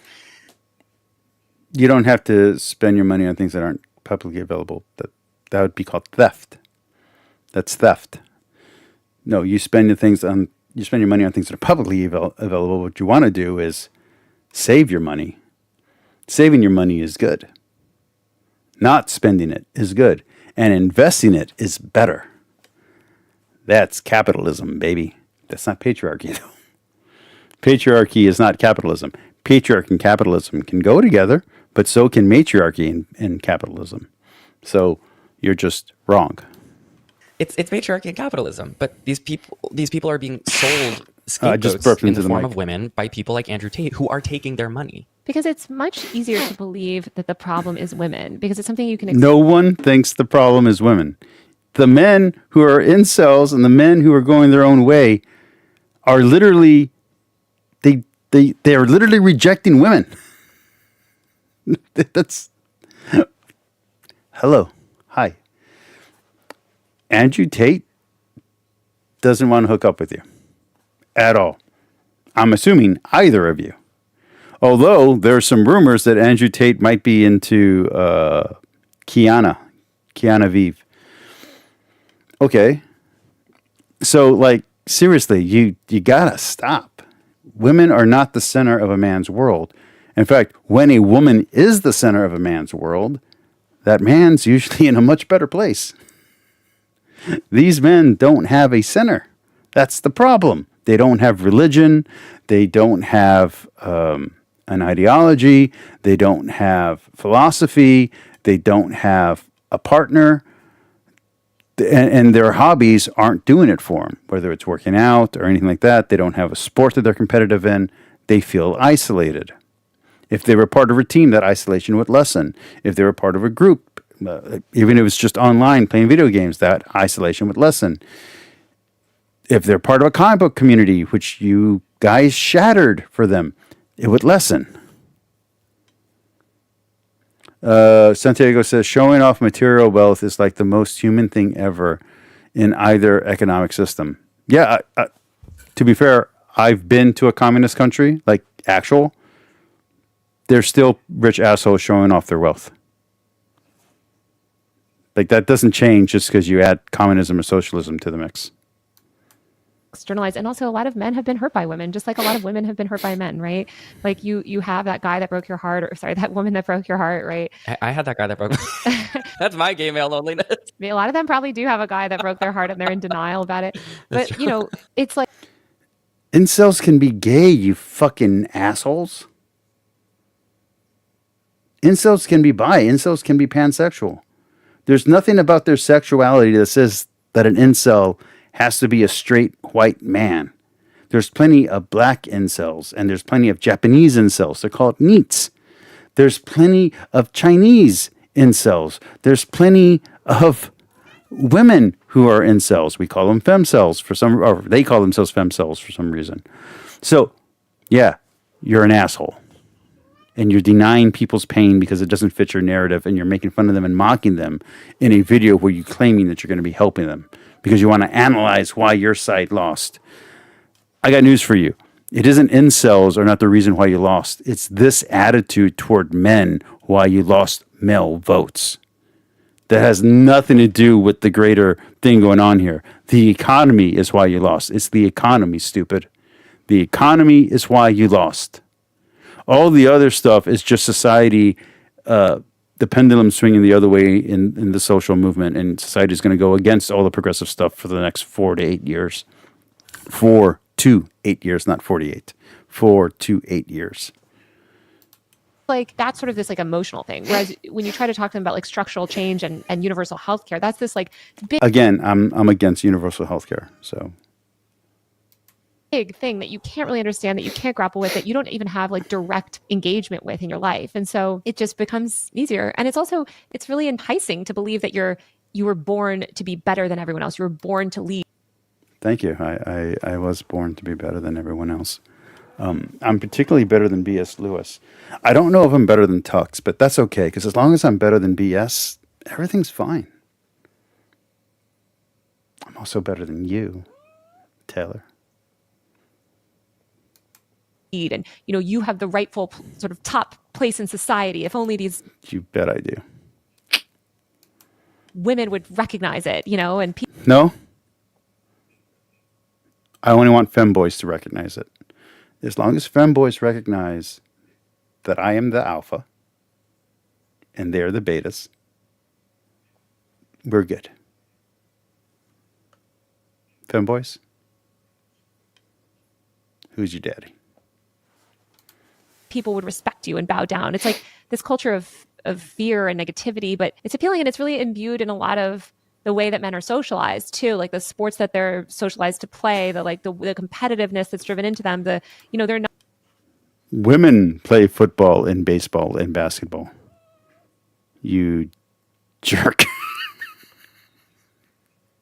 Women play volleyball and tennis. So do men. Women also swim. So do men. There's not any sport in the world that men do that women don't do. Unless it's competitive. No, even competitive peeing. Women now can use that little cup weird thing to help them pee standing up. So even women can compete in that as well. So really, you're just an asshole.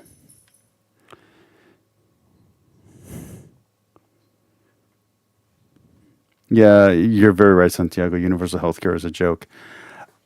There is a form of universal healthcare that I do think would work great. I think Obama tried to do it and he failed miserably. But there should be baseline free healthcare, of course. And if someone's poor, they should be allowed to. They have to prove they're poor. They're below a certain poverty line. They shouldn't have to pay because they can't afford to pay. True. And bills should have expiration dates. True.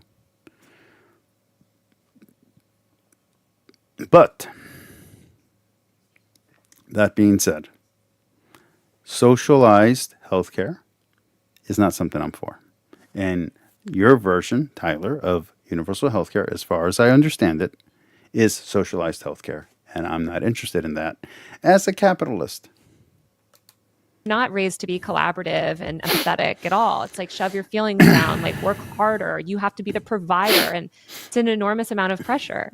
Yeah. I just want to add, I really want to hammer home, there's all of these ways that I often find myself wanting to empathize with young men expressing their loneliness on the internet. Don't say that sentence. Don't say the sentence you just said. It's a bad sentence. And then where it oftentimes I feel like I can't do that is because the male loneliness epidemic conversation becomes cover for men to just spew misogyny. Yeah. First off, buddy, homie, you're a dude. Their misogyny is not aimed at you. Secondly, the most misogynistic things I've ever heard are from male feminists. There's a reason I don't identify as a male feminist, and that's part of the reason. The worst things I've ever heard from men toward women was one MGTOW dude. One. I've met more than one. It was one guy who was an active misogynist. And the rest were all male and female feminists who said terrible things about women. Conservative women, I rarely hear say negative things about women. And conservative men usually pound on or group on the one guy that says something negative about a woman. They will tell that guy, you shut the fuck up. You don't ever talk about a woman that way. This is 100% true, by the way. For the two idiots here, Matt and Tyler, in real patriarchal societies, when one man steps out of line and says something shitty about their sister or something shitty about their girlfriend or says something like they're going to slap someone or they're going to take someone or they're going to do something, the other men in a true patriarchal society turn on that guy and say, if you fucking lay a hand on her, we will beat the shit out of you and we'll make sure no one knows what happened. That's what men do to other men who step out of line in a patriarchal society. If a man threatens to hurt a woman in a patriarchal society, all the other men turn on him. If a man threatens or insults a woman or a sister or a female for being successful, the other men turn on him and say, stop being an insecure little bitch. Go get a better job. If you feel bad because your wife's earning more than you, go get a better job so she doesn't have to work. That's what happens in a real patriarchal society. Not your delusion of what a patriarchal society is. Men don't encourage other men to be abusive. Men punish men who are abusive. So you're just wrong. And imply that like women aren't struggling in the same way, which like, sure, maybe it's a different flavor of struggle, but it's, it's the whole thing of like, a man's worst fear is like being falsely accused of rape, and a woman's worst fear is being raped. Yeah, and you see these. How can you say that and not understand the bigger problem that's happening? Media pundits, right? Like the Scott Galloways of the world, that just all they do is talk about men while promoting misogyny. And it's like the problem is misogyny. And no, the problem is your definition of misogyny is probably not what real misogyny is. And therefore you can mislabel everything and put everything you don't like as misogyny versus actual misogyny, which is a real problem. Now, I don't know if your definition of misogyny is wrong, but based on all the other definitions you've gotten wrong throughout this first 26 minutes, I'm assuming that this is also another incorrect understanding, another incorrect definition that you hold. Probably a definition you invented in your own head and then projected out into the world. Centering men's experience. And misogyny hurts everyone. It hurts men and women. And they don't recognize that. And they think, oh, I can just sort of like out misogyny myself out from the system. It's like they go further into the system instead of getting outside of it. But the media cycle around the men's loneliness epidemic is, I think, a symptom of our patriarchal society that center. I think this is gross and disgusting what you're saying, and it's disrespectful and is endemic of a problem on the progressive left. Men's experience. And let's be real, men have lost a bit of status in the world, right? Like there are fewer male college graduates, there's fewer men getting higher degrees in certain areas. There's a lot more equality. You have no idea how males measure status. And when you were on top and you were the sort of master, right? Like any sense of equality feels like something's being taken oppression. That is a stupid catchphrase and is completely untrue. There's no man that I know that's worried about that or concerned about that or cares about that. Not a single one. Not a single man that I know cares about what they're just talking about.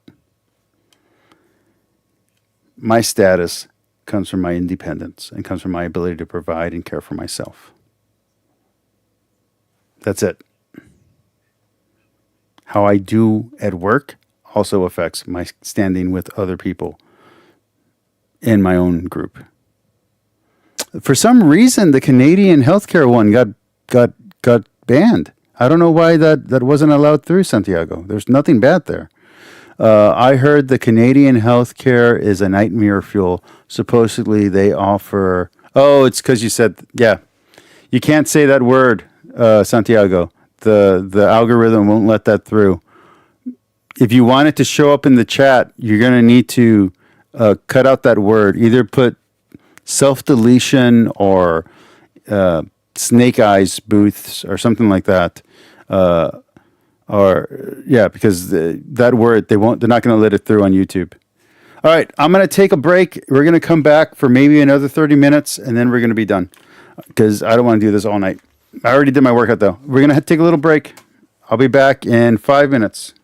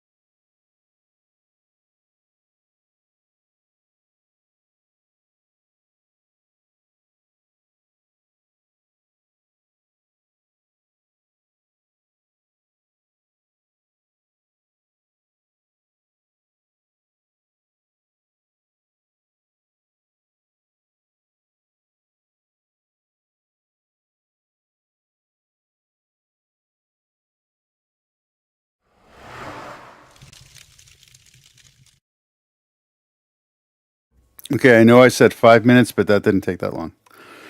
All right, let's keep going. And everybody jumped out of the room. Or see if people come back within the next 3 minutes. Oppression, yeah, right. Like something's being taken from you. And this is just what we need to do is educate people and be like, actually, the system was fucking you up too. No, the system's treating me fine. But instead, we're getting this romanticized version of the past sold back to us. By people who are very cleverly profiting off of the whole situation. Should we return to the profiteers in question? Yeah. We really could talk about, I mean, it's the male loneliness of it. I'm not calling it that uncritically, but like in air quotes, like it's a rich text. It's a rich text. I would like to take a quick break from today's show to thank the sponsor of today's episode, NordVPN. King charges. Right. I love the hypocrisy of him complaining about capitalism and then engaging in capitalism immediately afterwards. These other guys are very much like on the ground, right? Like they're showing up to meet with Donald Trump. They're like in America. They're really directly appealing to these young men. Yeah, one time Sneeko, this happened last year. He was at like some kind of sporting event, and he was like walking around kind of like the food area in the stadium. Maybe it was like a baseball game or football game or something. So a group of these boys that look like they're in like 6th grade swarm him, and they're like, Sneeko, can we get a picture? Get a picture. And then he like takes one of their phones, poses to take a selfie with them, and while they're taking the selfie, these young boys go, "Fuck the women, fuck the women." Fuck the women, fuck the women. What? No, wait. We love women. And then Sneeko looks bewildered. And he's like, "What? No, we love women." And then the kids are like, "But fuck the gays, right? We hate the gays." We love women. We love women. But not like transgenders. Yes, sir. We love everybody. Okay. No. All gays should die. The fact that these two idiots don't understand that this is a troll is just embarrassing.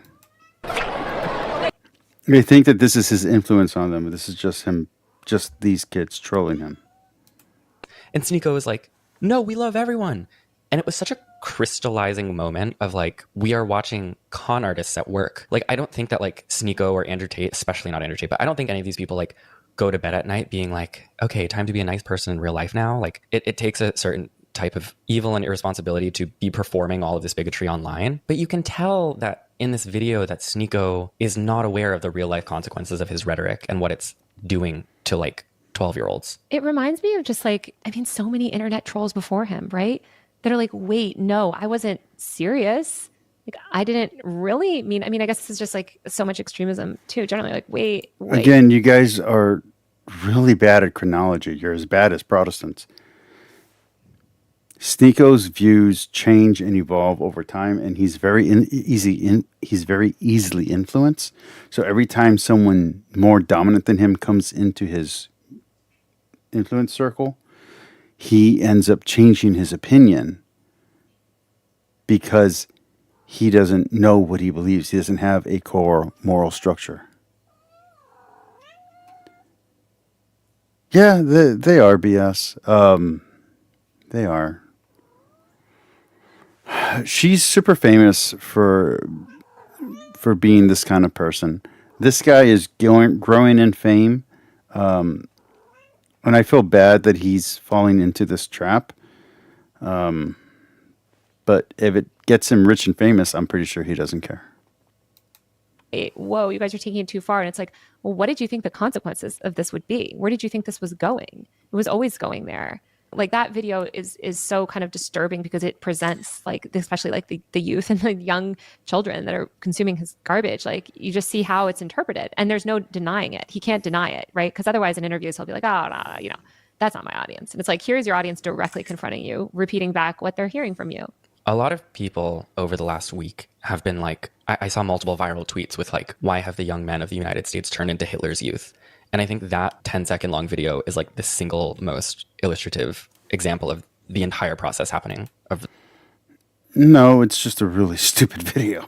the radicalization of boys. Mm-hmm. There are a few cast members of the Manosphere that I would like for you to explain to me. Because I feel like you know them and I don't. I literally made a list.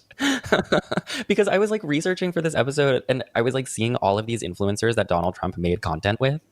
And I was like, who are these people? And they're all so famous. But just like, that's how, I don't know, walled off different parts of the internet are. What is the Nelk Boys?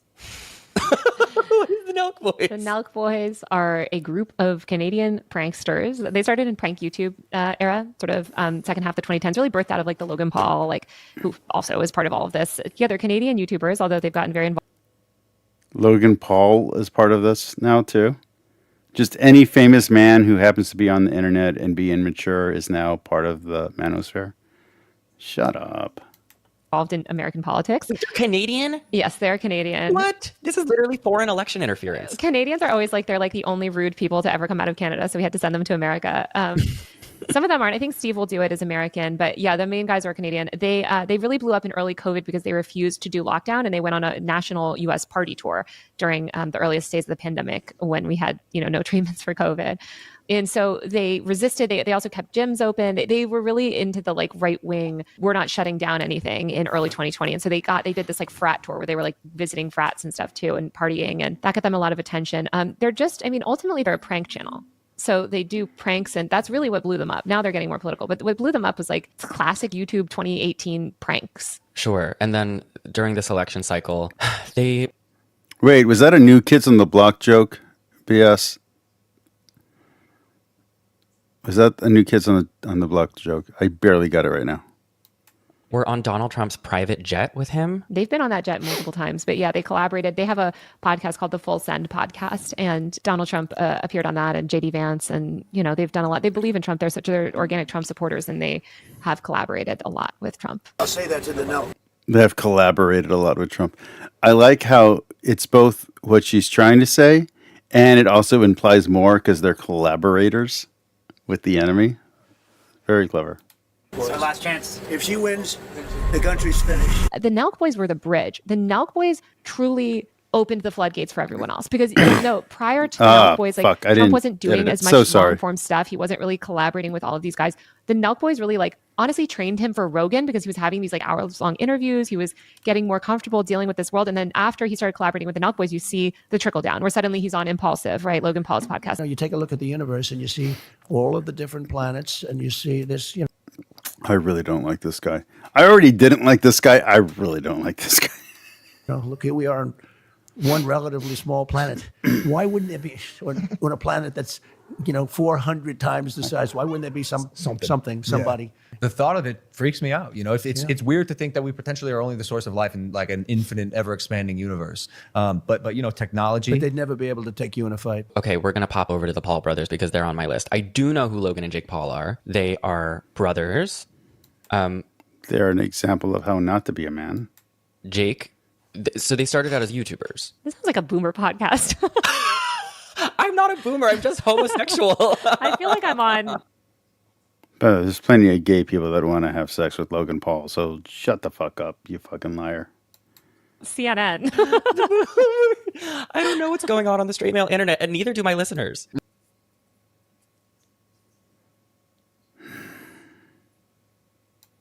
No, some of you are going to comment and be like, what do you not? No, I know Jake Paul was a YouTuber and he became a boxer. Well, they started as Viners, right? They started back in 1600 Vine. So they Who's blew the up boomer really- now? They blew up. They were some of the earliest people to go viral on Vine. They moved into 1600 Vine in Hollywood and they really became sort of mainstream celebrities. Of course, then pivoted to YouTube, blew up on YouTube. For a while, it Why do you know this much about them?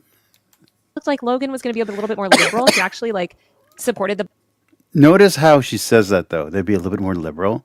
So, in other words, Logan Paul could be just as destructive and as gross as he is. But if he was a liberal and progressive, she would be supporting him. So she doesn't care about their bad actions. She just cares whether or not they support her cause. Black And Lives because Matter. they're supporting Trump, they must now be conservative and alt-right and MGTOW and all this other shit, when they're not. I don't like them, but they're not alt-right, and they're definitely not MGTOW, and they're definitely not incels. They get laid a lot. movement in 2020 and made this great video about social justice. Like, they're with girls in every single shot. Like, this is so stupid that she's making this comparison. Why we should support BLM.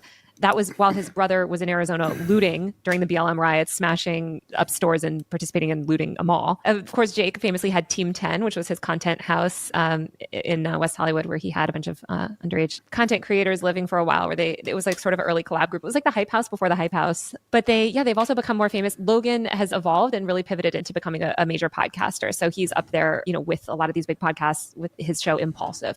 Logan is the one that filmed the dead body in the Japanese suicide forest. These are just not sentences that should exist in the English language. There's a lot of lore with the Paul family, but they're adjacent to all, obviously they know the Nelk Boys. They came up in prank YouTube era together. It's all kind of the same crowd. I was going to ask you, how do you explain these people's position in the manosphere? But really it's all the same. They're all just performatively hyper. They're not in the manosphere. These two people are not in the manosphere. Logan Paul and Jake Paul are not in the manosphere. They're jokes.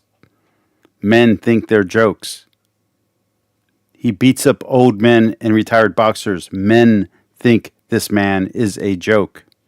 They're not part of the manosphere. They're not part of hypermasculinity. They're considered weak men. They're popular because women like them, and men like the women that like them. And so they're trying to be like them to get the women who are attracted to them. I'm saying them too much. Teenagers and young men are trying to act like Jake Paul and whoever the other Paul is. They're trying to act like the Paul brothers, not because the Paul brothers are cool or represent masculinity, but because these young men are interested in the women who are attracted to the Paul brothers. So they're acting like the Paul brothers because they think that will help them get the women that like the Paul brothers. Okay? That's it. That's all that's going on. How is this a mystery to you? Masculine, very wealthy, very ostentatious and outward about their wealth. Is that they all have tiny. You can sum up the Neck Boys as we don't care. The idea that they are some political masterminds here is insane. They act so random. Yeah, no one on the right thinks these are effective political figures. They're people that Dana White likes and gave a shout out to. That's it. Chill. Any beautiful blonde girlfriends? Well, Logan has a fiance or wife now, I think, who is brunette and very pretty. Diversity. Diversity. She is a model. I mean, yes, essentially what you're saying is all the same and true, right? So catty. So jealous. They have the model hot, girlfriend or wife. They've got the mansion in Puerto Rico, previously Calabasas. Like you said, they perform masculinity. Santiago, it is super tiresome, especially when they get the pipeline wrong. Like, I'm sure there is. Like, you start off on Shuahen video, and then you go to Andrew Walski, and then you go to the other Andrew who's now popular, and then you accidentally click on a Vosh video, and then the Vosh video gets you to Destiny, and Destiny gets you to, I don't know, the Paul brothers, and the Paul brothers gets you to, I don't know, where do you go from the Paul brothers? Shit. Fresh and Fit. Fresh and Fit gets you to some weirdo in his room with a comic book behind him talking about, religion, and suddenly you're alt-right. That's how it happens. All of you came from Fresh and Fit, right? And like Jake has gotten really into boxing. He just boxed Mike Tyson or is set to box Mike Tyson. It's on Netflix. It's like this leaning into this like hyper masculine. No, that's not hyper masculine. He's fighting a 60-year-old man. There's nothing masculine about this. The only thing that's masculine here is a 60-year-old man willing to get an ass kicking for money. Like that's the only masculine person in this whole picture is Mike Tyson. And it's desperate and a little sad that he's taking this fight because he's a legend and he's just hurting his legacy. And then he goes, fuck my legacy. I don't care. Like that's the most badass baller thing that happened in this entire fight. The fight itself was a fucking letdown and Netflix couldn't handle the fucking traffic anyway.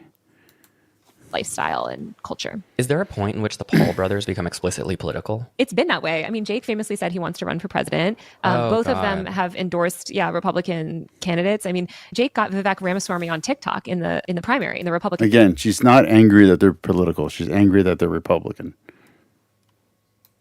Primary. Jake was a big Ramaswamy person and collaborated with him. So they've been political for a minute. I did have Aiden Ross on here. Aiden Ross is another diet Andrew Tate.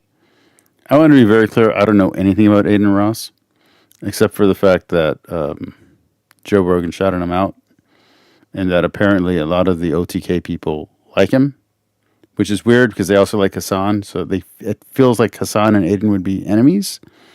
So I don't know. Maybe they podcast together. I don't know. That's my understanding. He's actually kind of no. Here's the alt-right pipeline. I got it. So you go onto YouTube or to Twitch, and you watch Hassan. And then after watching Hassan, you watch Destiny. After watching Destiny, you watch Fuentes. After watching Fuentes, you then watch Andrew Tate. After watching Andrew Tate, you watch Rollo Lamassi, or whatever his name is. After watching Rollo Lamassi, you then get stuck on the History Channel, and you watch old political tapes, and you become alt-right. Did I do it? Did I do it? I forgot Sneeko. You're right. Okay, let me do it again. Alt-right pipeline. You watch Destiny. After watching Destiny. Sorry, you watch Hassan. After watching Hassan, you watch Destiny. After watching Destiny, you watch Sneeko. After watching Sneeko, you go alt-right. Bam. And you're a Muslim. Alt-right Muslims. Bam. We got it. kind of like the direct spawn of Andrew Tate. He's like the mini me, but he's not very masculine looking. He's small. Ooh. Like, not to be whatever, but What the fuck?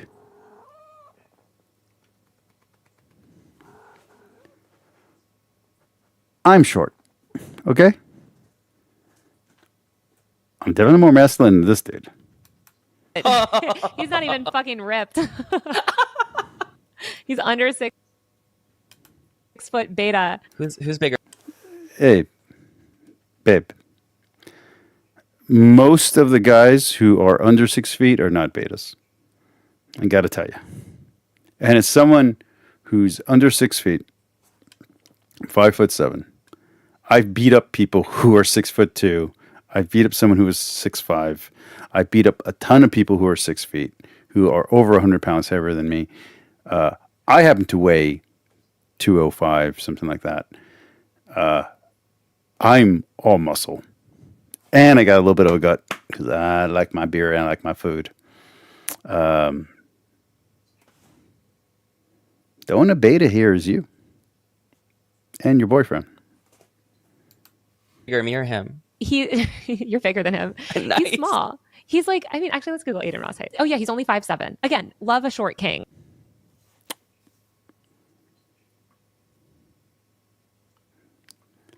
Yeah. Yeah, you're totally sympathetic to the male cause, you jerk. Okay, no hate. This man is 24 years old. We are not body shaming anyone. We love, short men, but he is sort of. No, you don't. You're a fucking asshole. It's like You're an elitist asshole. And you're you're misandrous. And you're sexist. And you're judgmental. And you're body shaming. Picture him as just like one of those like yappy dogs. None of that was sarcasm, by the way. I meant everything that I just said to her. Sort of like always around these bigger guys, and he's always like he's a booster of them, and he's very enthusiastic about them, and he occupies the same sort of spaces. He's a live streamer though. He's primarily in live streaming, not. Do we do the bicep? Is this the right time for the bicep?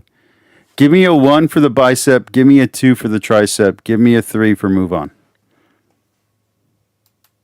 YouTube. Didn't Donald Trump give him a Tesla, or was it the other way around? Which was actually a FEC violation for a campaign donation, so it had to be returned. But yeah, he famously streamed with Donald Trump. I think they were at Mar-a-Lago when they streamed together. Yeah. 1 for bicep, 2 for tricep, 3 for move on. He was a Twitch streamer, but he was kicked off Twitch, and then he was allowed back on, and he was ultimately kicked off Twitch 8 times. I think he's on Kick now, right? Until he found his home on Kick, which is the right-wing Twitch, which we are going to talk about, that mirror industry. But okay, we are through our cast of characters with one who remains, Joe Rogan. Well, why? I don't understand why left-leaning media, which is mostly Jewish, are calling people white supremacists, dude. Jewish? Did you just say that? Yeah, I just don't understand. Left-wing media is mostly Jewish? I mean, according to my Jewish friends, it is, But why do they hate white guys? It's just woke things, man. It's just virtue woke bullshit. I feel like people, maybe not avid listeners of this podcast, but maybe others, maybe perhaps fans of Joe Rogan, would bristle at the inclusion of him in the manosphere. Because a lot of the people that we've been talking about, they are so ridiculous with the way that they show off their wealth, their bodies, the way that they talk about women. I mean, it's oftentimes, in the style of Andrew Tate, it's like a caricature of 1960s misogyny. Whereas 1960s? What the fuck you think was happening in the 60s? Whew. More like the 1920s misogyny. But anyway, it is a caricature. That's the point. It is a caricature. Why can't you get that? That is the point. Joe Rogan presents himself very differently. Joe Rogan, obviously, biggest podcast in the world. Joe Rogan presents himself as like a cool guy. He's calm. I mean, he's not very cool. He's also not very calm. He just wants to hear everybody out. He just wants to ask questions. He doesn't want anybody. He's not cool. And he's not calm. He's kind of a dork and a weirdo. To be silenced. That's why he has been the biggest podcast in the world. He's a huge pothead. How would you characterize Joe Rogan and his politics? Well, Joe Rogan. He's an ex-progressive that wants to stay progressive, but can't in the current wokeism.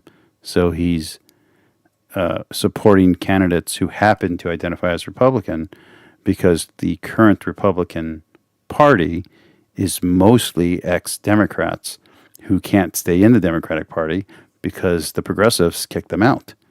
And the Republicans don't give a shit, so the Republican Party right now looks like the Democratic Party from the 1990s. Is, like you said, I don't think it's fair to necessarily group him in with all of these people. To put it another way, The Democratic right is now the Republican left. But he's adjacent, and ultimately these people feed into the Rogan universe. Like, Joe Rogan actually doesn't necessarily have terrible politics. He's quite ignorant of a lot of actual policies. He did support Bernie Sanders in 2020. He's fundamentally like more of Let Bernie Sanders go. a populist. Obviously, he said a bunch of transphobic stuff. He's super bigoted, but He's not bigoted.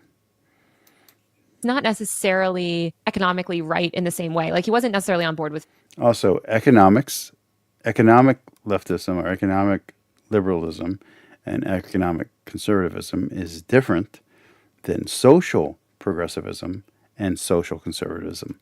They're different things. They're concentrated on different things. It's possible to be socially conservative and economically liberal. It's also possible to be economically conservative and socially liberal. These are different things. You're conflating too much. Trump in the same way. Like, until he was, of course, but he used to have a lot more leftists on. He had Cornel West on, he had Kyle Kalinske on. He would have, like, I think he had David Packham on, like these Democrat YouTuber type people. Like, he would engage in a little bit more of a diverse range of opinions. Unfortunately, I think COVID, the early days of the pandemic. This is Santiago. I'll be honest. Most progressives look so lame and pathetic. Destiny is a good example. He might be rich, famous, and gets women, but at the end, he looks pathetic. Yeah, he really does. And the women that he gets are not women that most men want. Men do have standards, and those standards don't include women who sleep with Destiny. Like, I'm just sorry. That's just really true. I know that you want to call it the trad wife thing or whatever. It doesn't fucking matter what label you want to put it in. Men can have standards too, just like women can. And if a woman doesn't meet a man's standard, a man can say no. Men are not sex driven. It is possible for a man to say no to sex. Also really radicalized him. Like, we have to think of, like, COVID as this, like, seminal event on the internet, right? That really radicalized, like, a generation of content creators. And I think ultimately Rogan was part of that. But he's part of the manosphere, and he's part of this like hyper masculine internet, right? Like, he has a lot of these figures on, these UFC fighters, these gym bro type people. But he also has a lot of other interesting characters. His main role in this world, I think, is being a useful idiot. I mean, now I think he'll intentionally platform certain ideologies. He's not a useful idiot. That's why he's entertaining, is because he's not useful. He's not a useful idiot. He refuses to be a useful idiot. That's part of why Lauren Southern suddenly has some respect for people, because she's refusing to be anyone's pawn. Except for Destiny's. Ooh. Oh, I just thought about, you remember the from the 80s, whoever you slept with, that means you also slept with this person, with that person. That means that by three transitive properties, she's sharing a little bit of germs and DNA with Fuentes. Oh.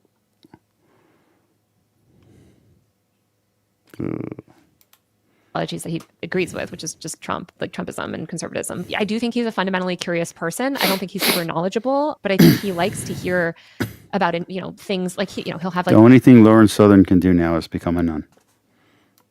Some alien guys on, he'll have some history guys on. Like, he goes down these wormholes, and it's enticing for listeners because he performs, it's not even that he's that curious. He sort of just performs as curious, and he performs as I'll hear. No, it's not a performance. It's just him. He's just being himself. And guys like being themselves. It's not a performance. Here's some thought. The reason why Rogan has a lot of UFC people is because he comes from that background.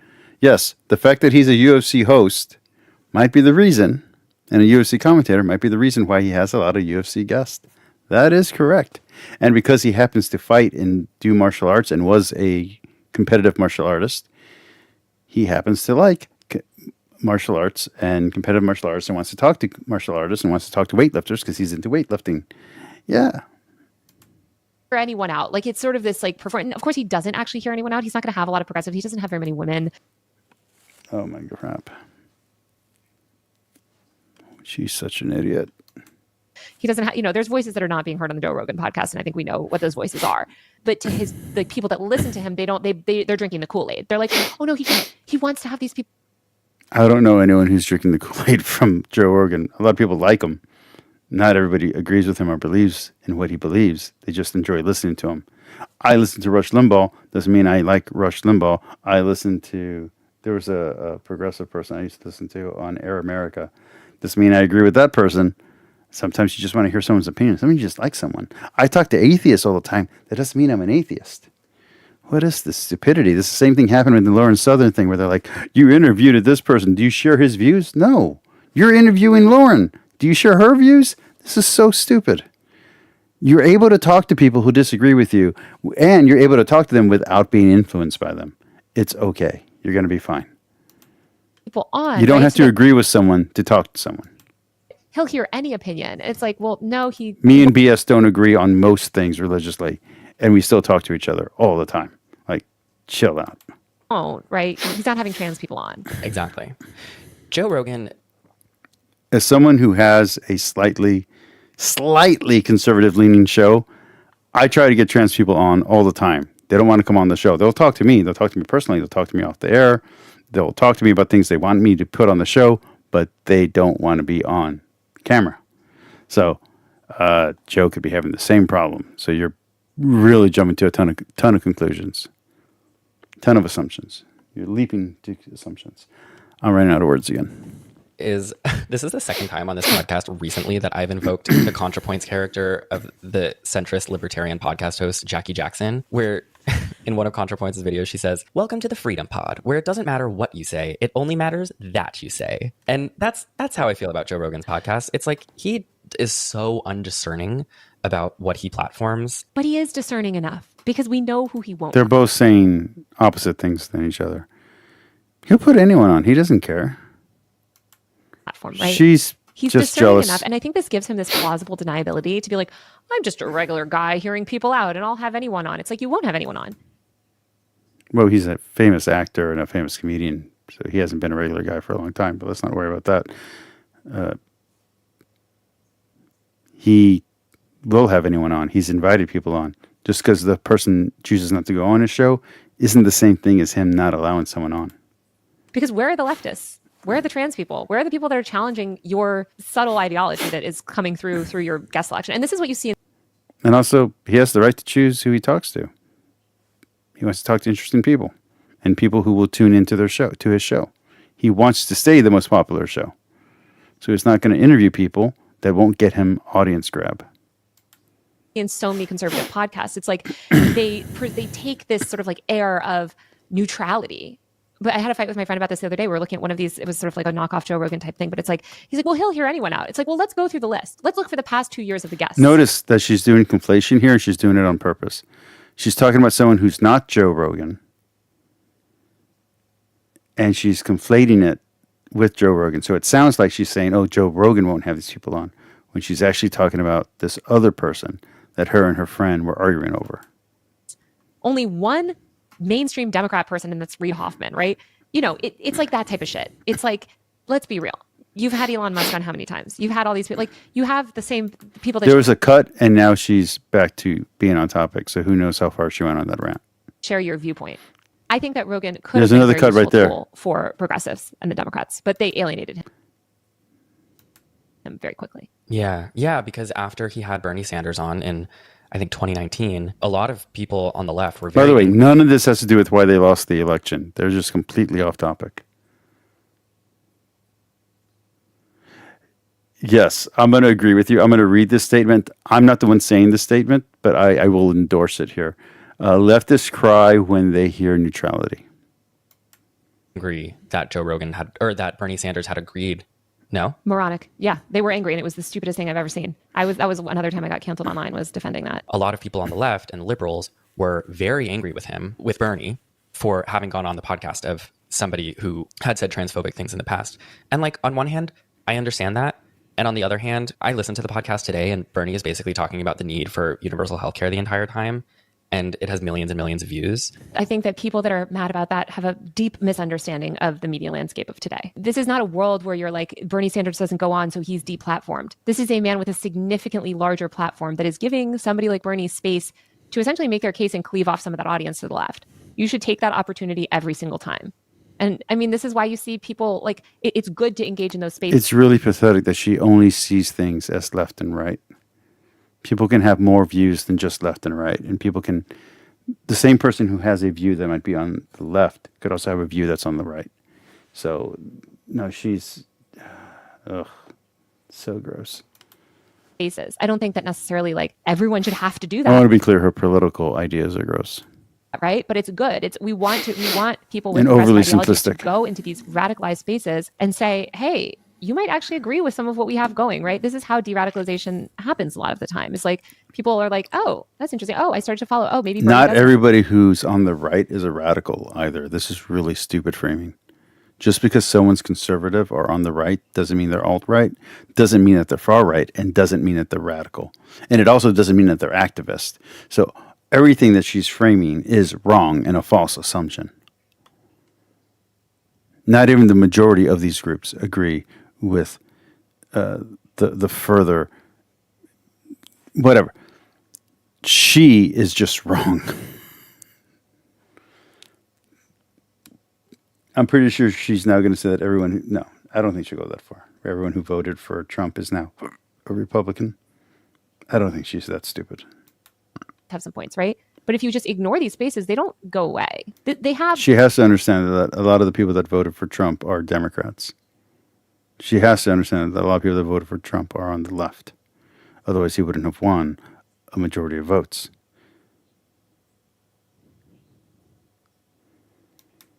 The legitimacy already, right? Like Bernie shouldn't go on some random 500 listener like Nazi podcast or something, right? But like the power dynamic is quite clear in that situation, and Joe Rogan has the power. In 2019, Talk to everybody and don't worry about it. Peters wrote this piece for Slate where he wrote, "The Joe Rogan experience has become one of the internet's foremost vectors for anti-wokeness. With its mellow, welcoming vibe, its pretense of common sense, and its general reluctance to push back on any of its guest ideas, save for only the baddiest, the podcast has become the factory where red pills get sugar-coated." I think that was a really great synopsis of what the Joe Rogan podcast has become more recently, which is where people with really far-right beliefs, I mean, Donald Trump, yes. Donald Trump's not far right. You're a fucking moron if you think Donald Trump's far right. He's pro-gay marriage. He's pro women's right to choose in the old school libertarian way. So, no, he's not far right. He's not even middle right. Elon Musk, Jordan Peterson, where they go to have their... Jordan Peterson is not far right. Jordan Peterson is the most liberal conservative I've ever seen. He wants to identify with liberals. He wants to identify as a Democrat. He's just forced to identify with the Republicans. You guys did that to him. We didn't do shit. We just simply heard him out. Their beliefs laundered through the cool guy lens. That's extraordinarily dangerous, and I would argue that's basically what's happened with like incel masculinity. Weird callback to try to pull it all together. None of this fits together. None of this is the same thing. Joe Rogan has nothing to do with the incel movement at all. He's so far away from incel. For the masses, which is why I wanted to start this whole podcast with explaining the whole incel culture, because it was originally a fringe thing where if you explained the worldview of incels to any odd guy on the street, any odd boy in middle school even, they'd be like, dude, get a fucking grip. Yeah, he's super liberal on his Christology. He's super liberal on his understanding of the Bible. I don't know why these idiots think he's far right. Like, it's so stupid. It's such a bad mislabeling and misunderstanding. But now it's been watered down so many times that it's kind of like, I don't know, a mainstay ideology that runs through like Barstool podcasts. It's interesting we didn't talk about Barstool. Barstool hasn't come up as much, but it also feeds into this version of masculinity. And also Dave Portnoy is a Trump supporter. Like, I think Barstool is much more like... Being a Trump supporter doesn't make someone far right. It doesn't. It doesn't even make them right. It doesn't even make them on the right. There are liberals and leftists and centrists and moderate and third-party people who voted for Trump. culture-y, but it's another one. Look at who they're platforming. They're not platforming progressives. And that's this broader thing that I think we need to look at is like zoom out and just Maybe your definition of progressive is too narrow. be like, look at all of this together. Like, there are not progressive voices in these spaces. And these are not neutral spaces, especially not the Joe Rogan Experience. That doesn't mean that we shouldn't try. That does. Oh yeah. It's one of the reasons why I stopped watching Wisecrack. The other reason I stopped watching Wisecrack is because they used to have a host. It was a black guy, and he would do philosophy comedy skits. And they used to have other comedy, like other people in their show. And then one day I went back to Wisecrack, and it was just one guy doing what I'm doing, but he wasn't being funny anymore. He was being political. And I was like, what the fuck is this? That's not what I signed on for. I like the comedy. I like the guy doing the philosophy summary of books. I don't know what his real name is. I don't know what he does. But I loved the character that he was playing. I loved watching that. That was my favorite thing to watch on Wisecrack. And now all that's gone. So like I don't watch comedy to get a political message. I watch comedy to laugh. Doesn't mean that people like Bernie Sanders shouldn't try to go into those spaces and espouse healthcare for all or like populist. Thug Notes. Yes. Yes. Yes. Yes. Do you know who his real name is and if he has a channel? Because if he has a channel, I'll subscribe to it right now. That guy was amazingly funny and amazingly clever. I love that guy. I hope he's doing well. I hope he made a lot of money off of Wisecrack. I don't know why he's no longer with them. Ideology, but they are, they're not neutral. Before we continue with the show, I would like to give a little shout out to the sponsor of today's show. And smart had done Smartless and Pod Save America, like she'd win. No, the point is that the left ideology has no clout on the internet, right? Like there is no infrastructure on the left that is even remotely. That is such bullshit. The entire internet is leftist. The entire internet is leftist. It's a giant echo chamber of leftist ideology. What the fuck are you talking about? Are you high?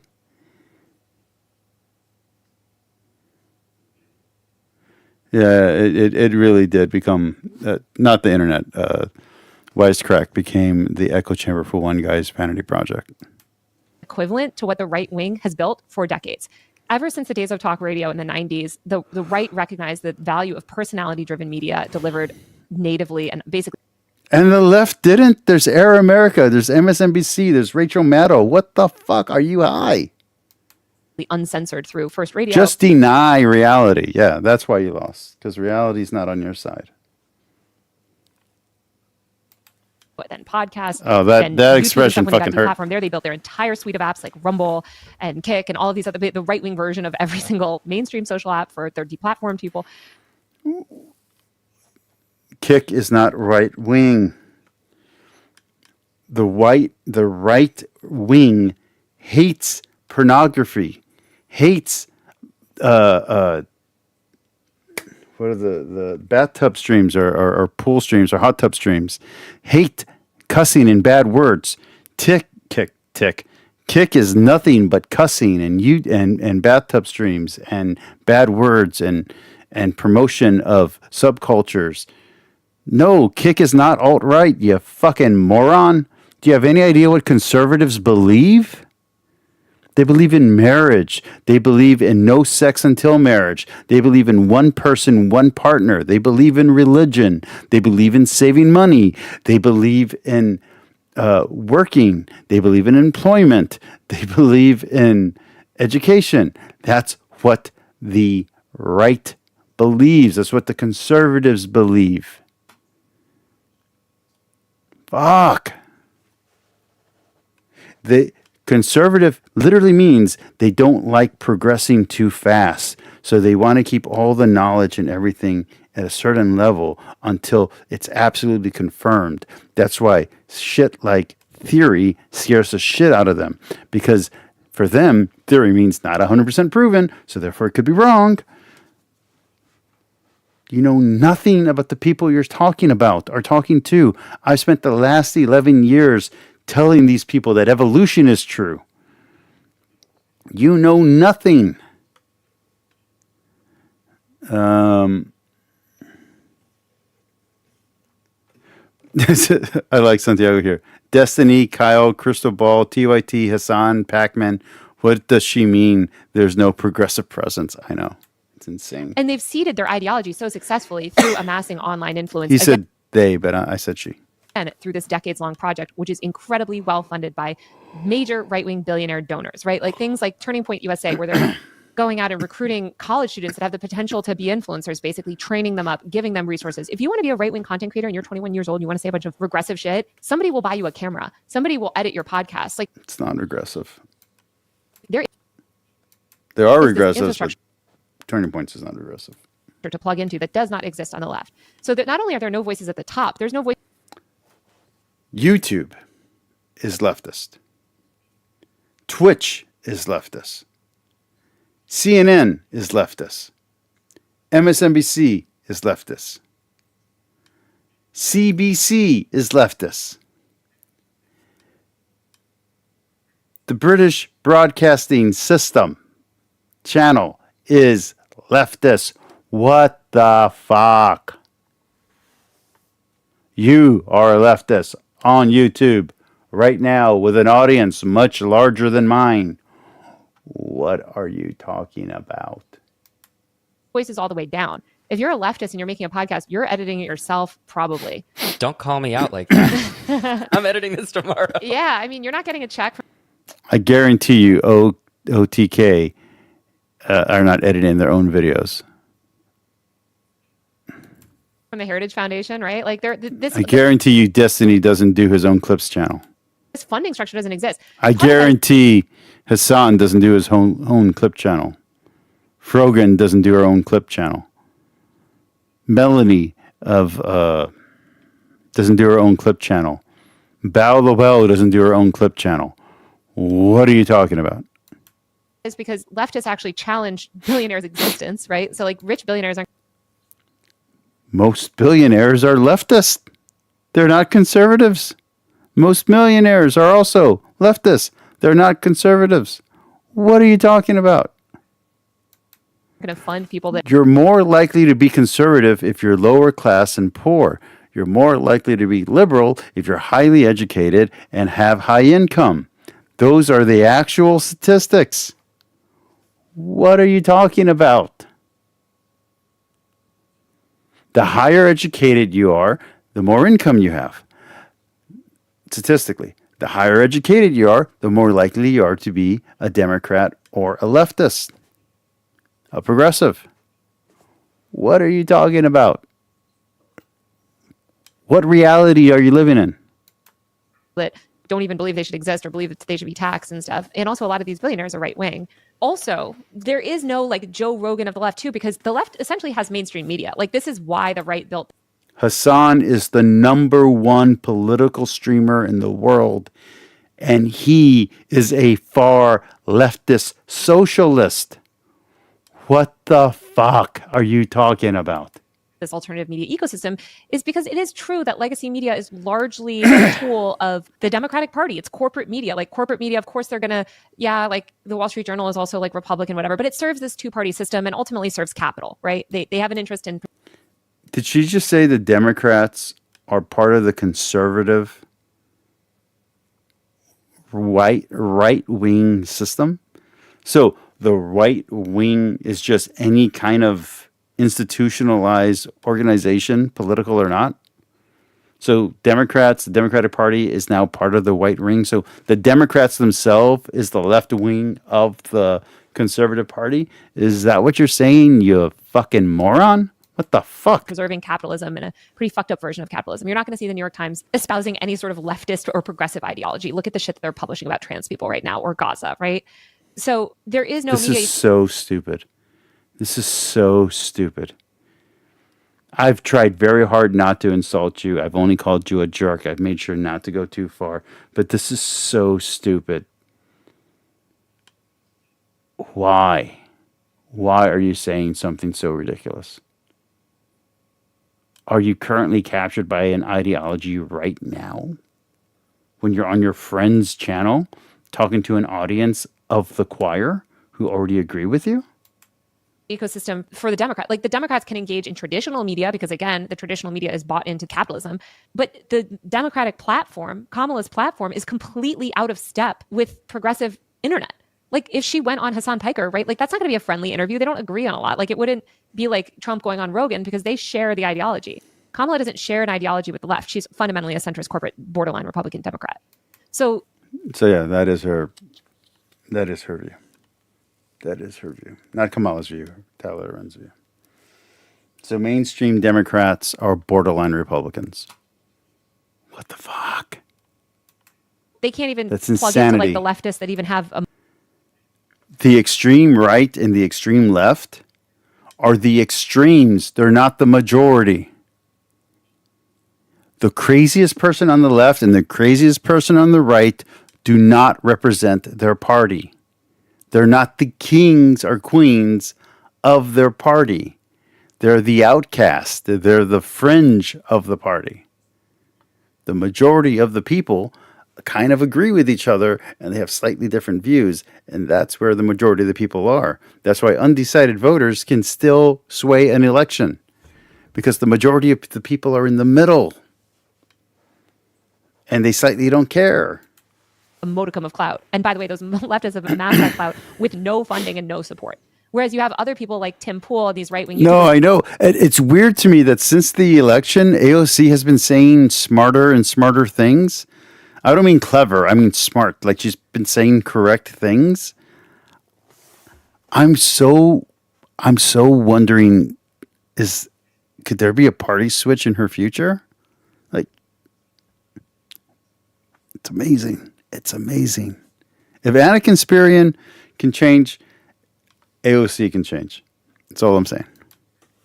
That are getting $400,000 a month. Tim Pool was getting $400,000 a month just to produce his YouTube show from funding that ultimately ended up being a lot of like Russian money, which is hilarious. But it's like the right is so incredibly astroturfed. Right.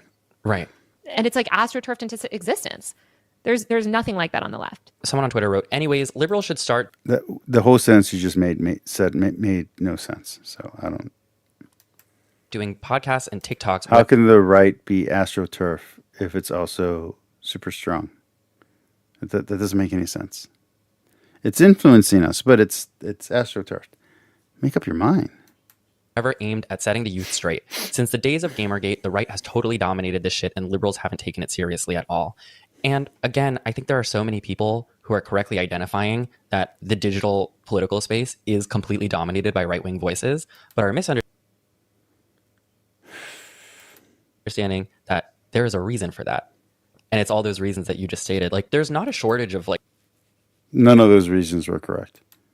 Left-wing people doing podcasts. No, there's not.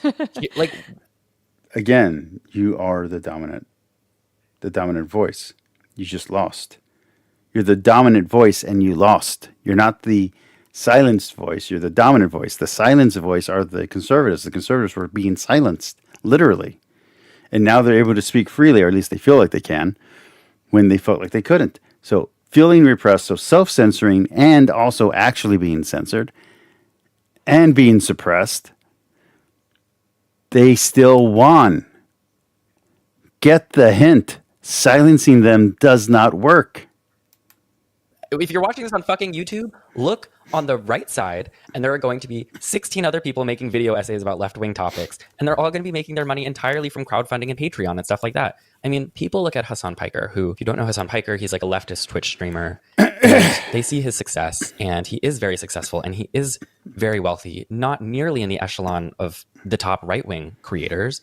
And he's wealthy because of ad revenue he makes from Twitch, not because he gets a multi-million-dollar Daily Wire contract. They literally didn't criticize. Hassan makes more money than the Daily Wire. What the fuck are you talking about? What is this? The Daily Wire is not mainstream. The Daily Wire is not mainstream.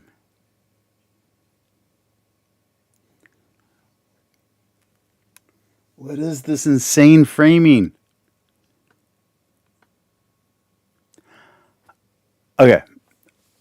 I'm not really a conservative, but for this bit here, I'm going to say I'm a conservative. I'm a conservative. Where's my money? Who's supporting me? Where's my money? Where's my money from the Vatican? Oh, I have Jewish ancestry. Where's my Jewish money? Where's any of this money coming from? Where's my money from the Rothschilds or from I don't know who. Elon Musk is technically a neighbor of mine. He lives in the same area that I live in. So, where's my money from Elon Musk for talking about this on air? He lives one county over from me. Where's my Elon Musk money? What the fuck are you talking about? Where's my money from Daily Wire for talking about religion? Where's my money from the Vatican for encouraging people to become Catholic? Where? Show me this imaginary money because I want it. I need it. Credential him through the DNC. He had to get a credential through his uncle who runs the Young Turks, another YouTube channel. Once he got into the DNC, they booted him out after he interviewed people from the Uncommitted movement and told him that there was no more space for him. This is the most relevant content creator in the entire left internet. And they kicked him out of the DNC. That's just such a perfect metaphor for like how they don't want the far left ruining their chance to win, which is exactly what happened this last election. Oh, this is Santiago again. I'm going to read this one. What are they talking about? What about the gaming industry being dominated by women? I noticed in my game dev courses, women slowly made up the majority of the students. Entertainment is not conservative. Entertainment has never been conservative. All of the Hollywood movies. I'm a Catholic Christian, and my favorite number one show is a show about two lesbians who can't get it together because the crazy blue-haired sister won't let them be at peace. What conservative media? You're talking about the terrible, badly reviewed, heavily made fun of Left Behind series? You're talking about the one successful show, Chosen, which never gets good airplay because the people in charge of the show can't settle on the rights and they're too greedy to work together? Is that what you're talking about? What conservative media? Fox? Fox News, which happens to support the Fox network, which is super liberal? What conservative media are you talking about that dominates the world? Joe Rogan's not conservative. So what conservative media?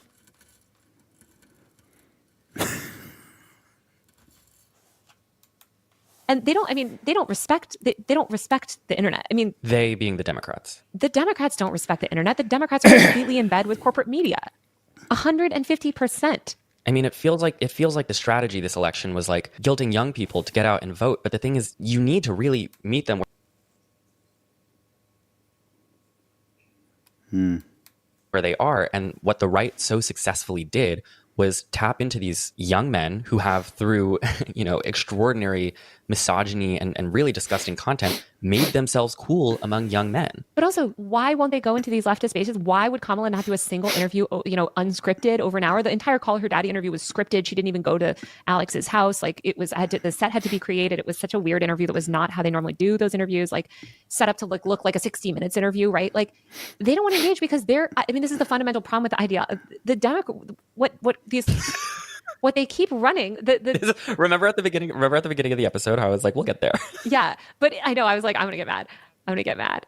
But it's like, you have to wonder, how they did we keep get a editing to help her Party out. that is so terrified, that knows that they are so completely out of step with all young people on all the major issues, so they can't even engage with those young people on the internet. They have to stay off the internet and go just talk to the New York Times and the Washington Post, because if they actually engage with people on the internet, they will be called out. They will be called out for being completely out of step and not having policies that are popular and not living up to their promises. No, you have ideologies and potential proposal policies that are not popular. Your ideas are not popular. That's why you've been fired from multiple freaking journalistic positions. You're not popular. People don't agree with you. People don't agree with me either. I'm not fucking throwing stones here. I'm just saying, people don't agree with you. That's why you're on a sub-tier show with a guy with no credentials because you are not popular enough on your own show. Sorry, it's just the truth. My last few videos got like 50 views. It's the truth. Why am I going to lie about it? Why are you? What do you get out of this? What do you get out of misrepresenting the right and misrepresenting Democrats, which is the left? What do you get other than losing elections? Other than losing elections, what do you get? No one's going to add to your credibility. None of this adds to your credibility. Why are you doing this? They're not a party of the people. They're a party of corporate rich donors. And if you're going to be a party of corporate rich donors, just be Republicans. They already have that on lock. And you can't win on the internet when you have nothing to say. So it's like, even if you had put, like, imagine they had put her on Joe Rogan. Like, what would she even say? My favorite piece of content from this entire election is, ironically, The right this is from Santiago. The right needs to embrace the humanities more. I agree, 100%. I'm pretty sure Daily Wire has the money to organize a gala of conservative art. I really like that Daily Wire is getting into conservative television and conservative movies, but I just feel like eventually when, Jeremy dies or retires, it's going to be like Rooster Teeth, where the company that takes over is not going to share the same ideals, and then the exact opposite ideas are going to start coming in, and then the network will be destroyed. It'll be like Ted Turner Media. It'll be like Turner Media. I just don't see it lasting. a Barry Weiss video from the Free Press, who I hate. Okay. Not a fan. None of us are fans. But she sent one of her little minions to the DNC and they went around interviewing all of these like content creators and just like, I don't know. I like Barry Weiss. People, like young people at the DNC, and said, what is your favorite Kamala Harris policy? Why are you supporting her? What is the number one policy that's causing you to support her? No one in the video could name a single policy that she had. It was all about joy. Then you could say that, okay, she had policies that were good. I think she did have actually some good policies that were I actually follow Barry Weiss. So yeah, I like Barry Weiss. Like I consume her content. better than Trump, of course, but she couldn't communicate Not her YouTube content though, surprisingly. those. And she knew that if she went into these spaces, her whole platform was so completely out of touch with what young people said that they wanted and that Joe Biden promised them back in 2020, right? Like all of this other stuff about like healthcare. And so she couldn't go into those spaces. And I think if we want if we want power on the left, first of all, we need funding. We need massive amounts of funding. Okay, I need to call my wife to talk about something stupid. I think I'm going to stop here, guys. We're at 3 hours. We got 17 minutes left to go in this video. I don't really care. This was fun. This was 3 hours. I'm tired. I need to talk to my wife. I will talk to you all later. Here comes the music. Let's go to the big screen. Thank you, everyone who watched tonight. I know a lot of people came in, a lot of people went out. I know right now we're down to only like 2 viewers. Thank you for doing a 3-hour stream for me, with me. Santiago, you came in clutch. You were my Thomas today. Thank you, Santiago. B.S. Lewis, thank you for making an appearance. Tux, I love you, brother. And myself. Thank you, myself, for being here.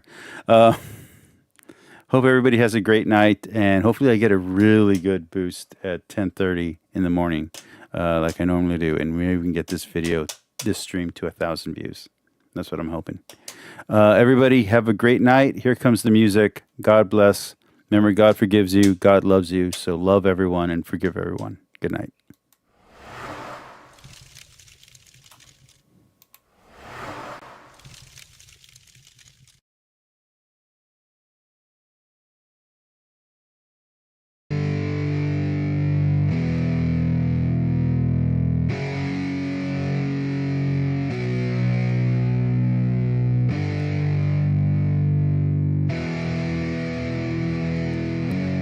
Yeah, it's our time to shine.